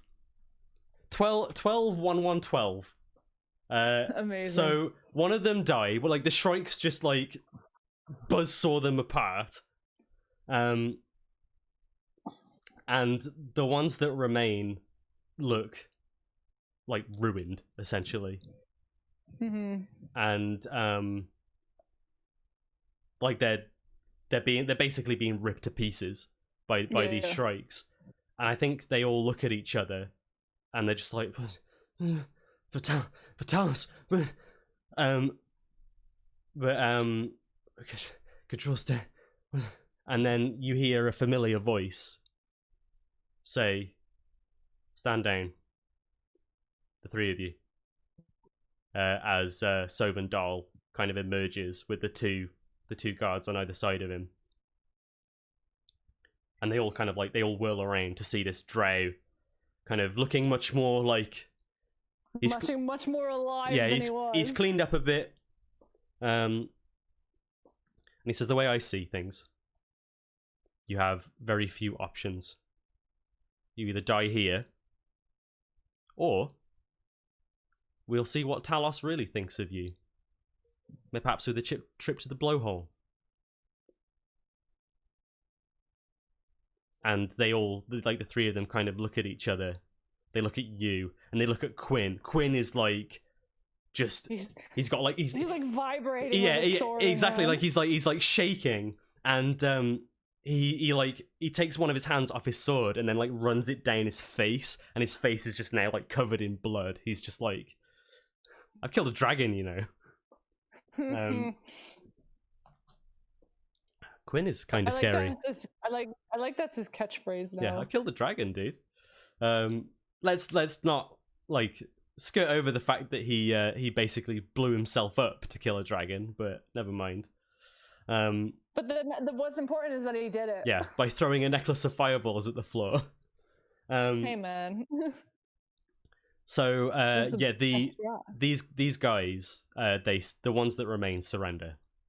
Okay. Their morale is like utterly broken. The leader's dead. Clearly, like Sovendal is like saying, "You need to stop." And they do. They comply. He just looks up at you and says, "The rank and file are really nothing more than brigands trying to get rich and using the Stormlord as an excuse." Durabel sits there with Quinn, and she's like, she's called the Spirit Guardians off attacking, but they're still present, Mhm. and they're all just kind of sitting on her. So she's just covered in birds. Yeah, and they're all like She's staring at them. Yeah, and she's just like, fair enough.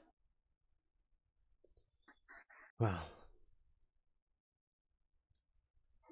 So what will you do with them then? You're gonna turn them to the same ways as you? No, they're useless to me. Have you got a method of transportation? I assume you got here somehow. I have a boat, yes. Okay.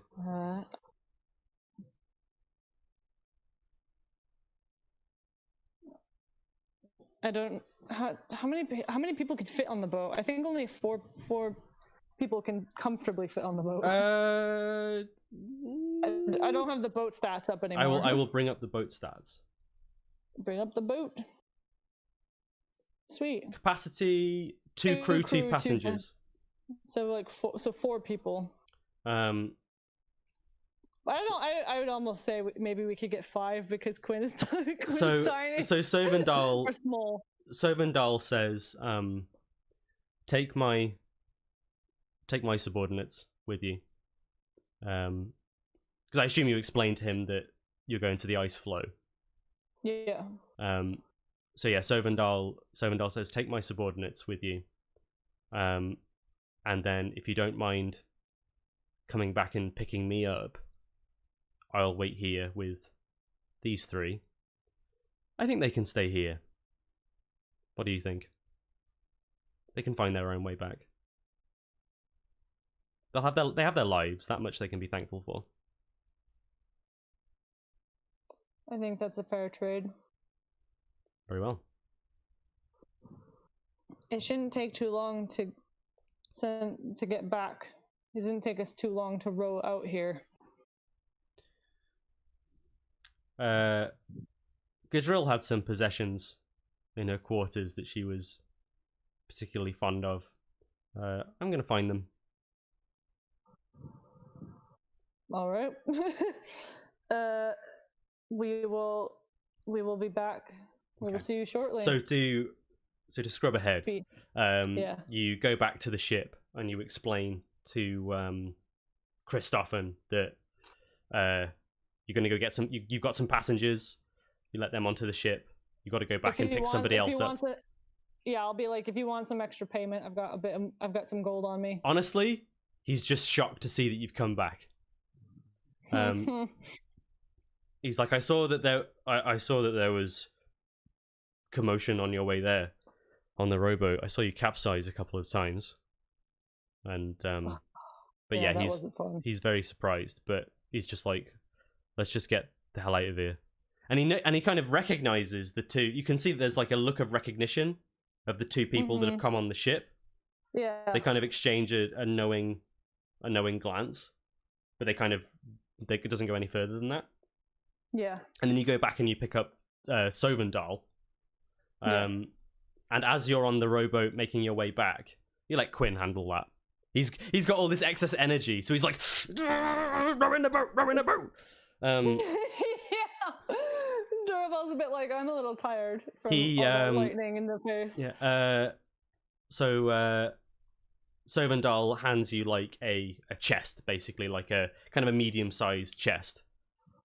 Right. He says, this was in Gadril's private shrine, which I took the liberty of destroying. I'll open it. I'll have a look in it curiously. Okay. So, 300 gold. Okay. There are 3 matching silver daggers that they're not weapons, they're more like decorative pieces. Okay. The 3 of them are worth a total of 500 gold. 3 silver daggers worth 200 gold each? No. Together, 500 gold. Okay.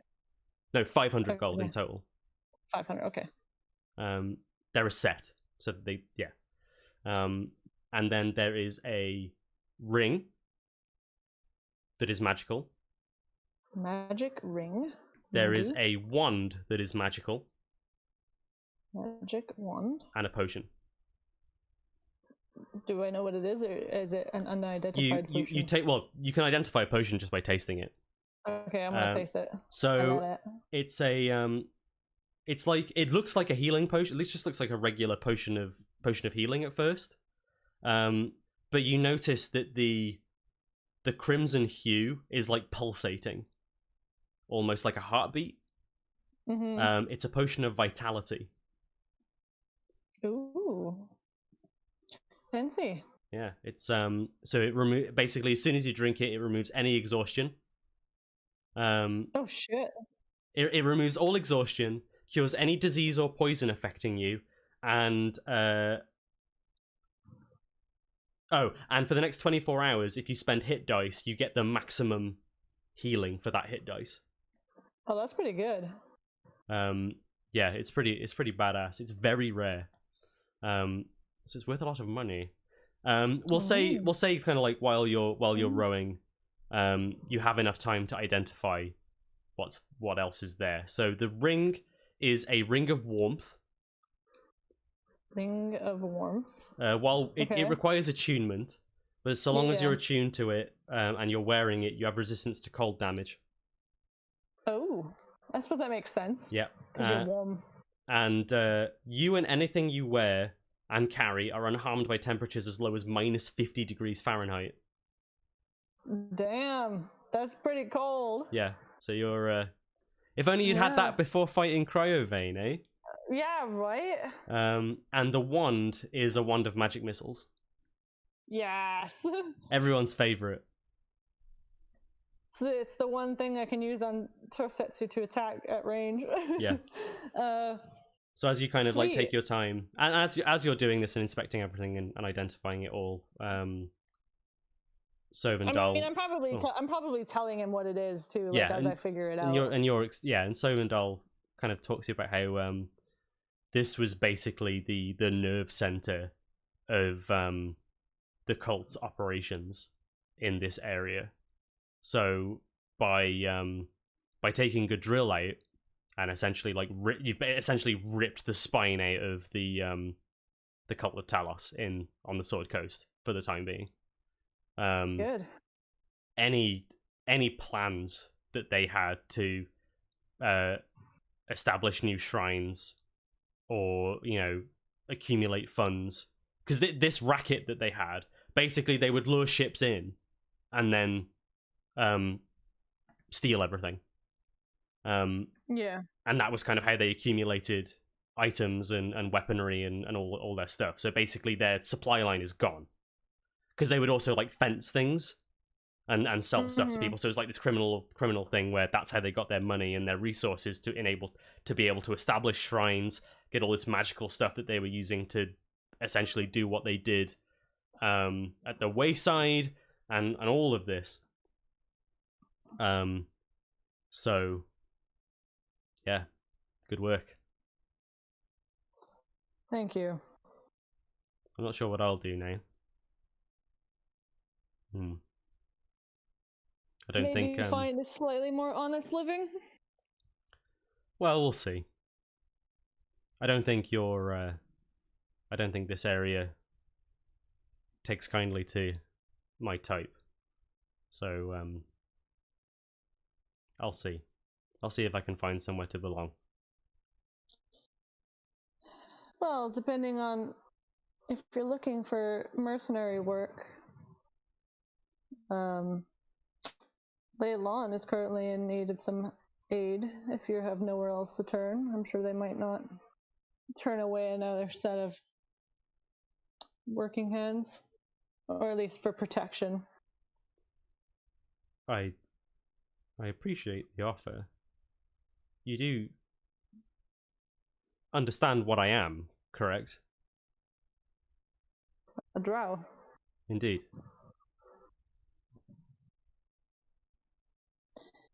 Well, I mean, I got them to recruit a tribe of lizard people. Or lizard folk, I should say. My apologies. If you're able to convince them and provide me with an opportunity to eke out an honest existence, as you say, I see no harm in that. I'm sure my associates will be pleased with the concept as well. Well, that's where the ice flow is taking us back to, so I can present the idea when we return. Very well. Just outside of characters, like, is it because this is Forgotten Realms, isn't it? So is Yeah. it good to be like, yeah, people are really racist against Drow? Yeah, Or is that's it kind just of kinda- the yeah, the stigma. yeah. There is a stigma against Drow because of the whole, lol thing. Yeah. I mean, in my head, oh, I've lost my thing. In my head, they're not like, it's the same as anything else, really. It's like tieflings, isn't it? Like, it's just sometimes it's just that's just how they're born. It doesn't mean anything. Yeah. Yeah. Like there's some pretty Uh, there are some pretty. They're as evil as the society that they inhabit. Like they're ruled over by an evil god. yeah. But they themselves are not evil, and depending on the path that their lives take, they can be anywhere on the spectrum. Yeah. So this guy basically just explains that he just did whatever it took to survive, and considering where he is and the attitude towards Drow in this area, he just happened to find himself on the other side of the tracks. Yeah. But he himself isn't particularly bothered. He just goes where the money is. And yeah, basically, Durabel says, when we get back, I'll put in as best a word as possible. I don't see why they would. Well, considering that I can't see why they can't put their prejudices aside. Yeah. Considering that you've just disabled the nerve center of what was, I assume, a great deal of strife for your people. I think I remember Leylon being mentioned a couple of times.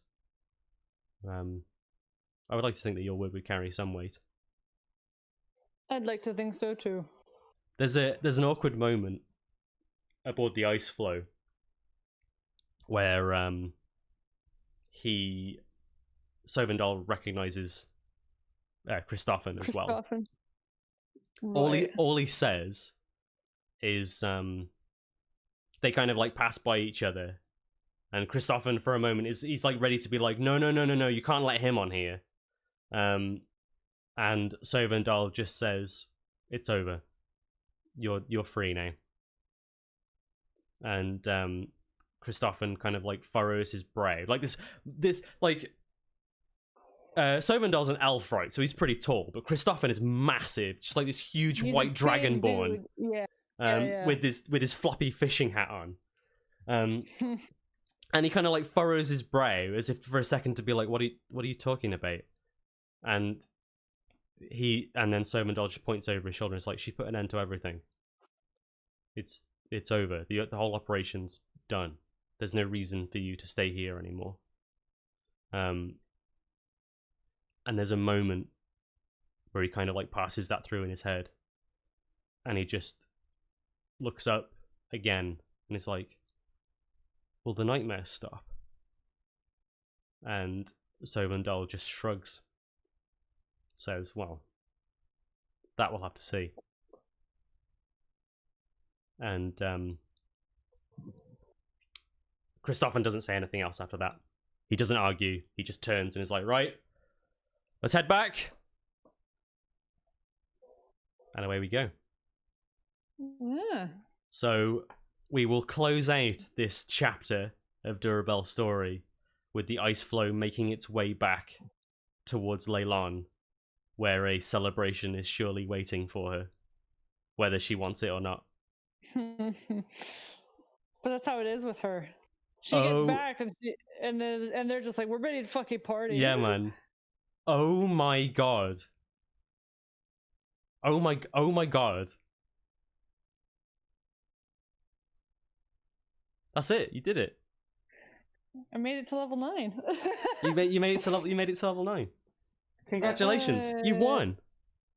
Congratulations, you won. Oh boy. That was good. That was I could. You got quite upset at one point, didn't you? When you thought that Durabel was going to die. Well, of I did. No, I know, but like I Yeah. could hear it in your voice, like you were getting so cut up. Well, because it was one of those things where there's the pressure to try and like figure out an answer quickly because I don't want to leave the dead air, and I'm like trying to rack my brain, and then there was moments where you're like, "What are you gonna do?" And I'm like, "I don't know what I'm gonna do. I'm trying to figure it out. Hold on." You know that moment where you're like, "I just need more than 2 seconds to think." No, you only get 2 seconds. Yeah. Do not miss your chance to blow. This opportunity comes once in a lifetime. That was like, seriously though, that couldn't have been more clutch. Like the fact that you decided to take the risk with Quinn, which I think was the right answer, because I think had Quinn decided to administer a potion, you probably would have just ended up in a death loop. Because I think that's exactly what I saw coming. I was like, if she gets up, she's just gonna get knocked down again. She had they're gonna keep me down. Oh my god, Ebby, thank you for the sub with all those Krober bells. Just I'm gonna open Twitch now. Oh my god. Yeah, because like, okay, so what like, okay, so here was what was going on from my point of view from behind the screen, right? So she had 2 more lightning bolts left. She'd use her chain lightning, which she only had 1 of, but she had 2 more lightning bolts left. So the way that I saw it happening was that Quinn would have got her up, then another lightning bolt would have come out, Durabel would have gone down again, and I think he could have got her up, Quinn would have got her up, and eventually it was going to hit a point where Quinn was going to go down. And then I think as soon as Quinn went down, he was just like, you were both screwed. Yeah. So I think because like he may have been able to take another lightning bolt, like if you were lucky, like had she decided to just like do that. Because the interesting thing is if she'd just gone at you with the quarterstaff that she had equipped. Yeah. I suppose she had nothing. She didn't really have. So if she went in with an unarmed strike, that would have been 2 death saving throw failures because it's an auto crit. As well, after I used the. Sorry, go on. I was gonna say, but if she just used lightning bolt, that's 1 failure because lightning bolt can't crit. So that's a weird, interesting interaction there. But anyway, that's beside the point. It reached a point where, so she was on exactly 11 hit points. So when Quinn missed that first attack, I was like, shit. Because I was like, both attacks will hit and she'll definitely die. Like, there's no way that Quinn can't deal 11 hit points worth of damage in 2 attacks. Because his strength modifier alone makes that impossible. But missing the first one, I was just like, shit. And then I was like, Halfling Hello is funny, but it does less damage. So there's a severe risk now that attack isn't going to do it. So that's why I was preparing myself to fudge and just say that it was going to do it. And then you said 7, and then went up to, and then said, oh no, actually it's 11. And I was just like, my god. That couldn't have been more clutch. I realized my mistake when I went in with the dagger and I thought of it afterwards, like while I was waiting for it to come around to her turn. And I was like, I didn't use healing word. I was like, oh, I should healing word. And I didn't. And then I went down and I was like, fuck it.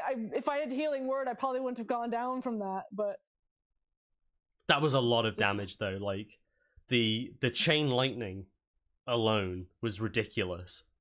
Yeah. Like I almost wonder. I mean, this is by the by now, but I almost wonder if you should have cast protection from energy on yourself. Because like while I think while it did some good work for Quinn, like ultimately if you go down, you can't heal anyone if you're dead. Yeah, because the other thing, I think part of it was because I thought I would be farther away. Yeah. No, I have the dagger. I need to go in with the dagger. Yeah. The other thing to bear in mind as well, just going forward, Disciple of Life works on unconscious creatures. So if Quinn goes down, you can use your channel divinity to get him straight back up to half hit points. Okay. Yeah. Good. Yeah. So Just this is me being like min-maxy, metagamey, like here's the pro strats. Here's that's what I would do, is what I'm saying. Like Yeah. I think because obviously the way that you did things resulted in just fucking awesome, like that couldn't have gone any, like story wise, that couldn't have gone any better. That had everything. Yeah. It was tense. It could, like, there was a moment where it was like, how is it gonna go? It was awesome. But it's just something to bear in mind for future. Is that like I was just more annoyed that my dice were just my dice were like, they usually roll pretty middle of the road, but this today it was like you've proven 1 or 2. you have proven, because I swapped dice and I was rolling like a badass for most of that. So maybe I'm a convert now. Maybe there is something in it. Yeah, see? Maybe you were touching my dice when I didn't know. I was rubbing all the bad juju over it. No, don't put your bad juju I got over my I got dice. these dice because these dice are like exhausted, right? They're full of bad juju. These are the ones that completely failed me last session, and I got them and I started rubbing them all over your dice. You put them in my dice bag, and then you shook the bag around a little bit. Shook the bag around, and I was like, "Yeah, man, when that chain lightning hits, you're dead. You did. I win. I win." Anyway, it's nearly 11:10. I'm hungry, even though I should probably go to bed, but I need to eat something. Just because I'm like adrenaline pumpy craziness. But wow, that was awesome. I was I'll have to go into work until 2 tomorrow. Nice. Yeah. I was kind of thinking to myself, I didn't know how I felt about this one. Like, I didn't feel like it was like the build up or the things that I'd added in were as good or as strong as Dragon of Ice Fire Peak, but this was good. Like, yeah. I think this session alone kind of made it all worth it. So for all of you who are watching, oh, go on. No, I was just gonna say, and how fucking hilariously poetic is it that the big bad is killed by a halfling? Hello. Always the way. I was wondering if not Thursday, maybe next week, we could do like a wrap up stream, like just talking about it. Don't know if you'd be up for that. Yeah, I'd be down for that. Yeah, because I think what we'll do is we'll take a couple of weeks off, and because I need to, like, this is the time where I want to kind of like look at all my branding and redo everything. Yeah. And then we need to kind of gauge whether or not people want us to carry on and do Sleeping Dragon's Wake. Yeah. So yeah, we can have a small holiday, but I'd like to keep something in that space. Yeah. So maybe we'll do like a chat. We'll have a chat next week, and then we'll do maybe we'll do like a one shot or something the week after. We could bring Elliot back. We could bring Elliot back. Cool. All right. Well, I think all that's left to say tonight is thank you to everyone so much. Be it regardless of whether you're watching on Twitch live or the VOD on YouTube. I really appreciate you sticking with us through this. This has been an awesome experience. I'm so glad that we've stuck through not just one but 2 of these adventures now. Yeah, this has been great. And yeah. I look forward to seeing you again. Later, everyone. Goodbye, everyone. Thanks a lot.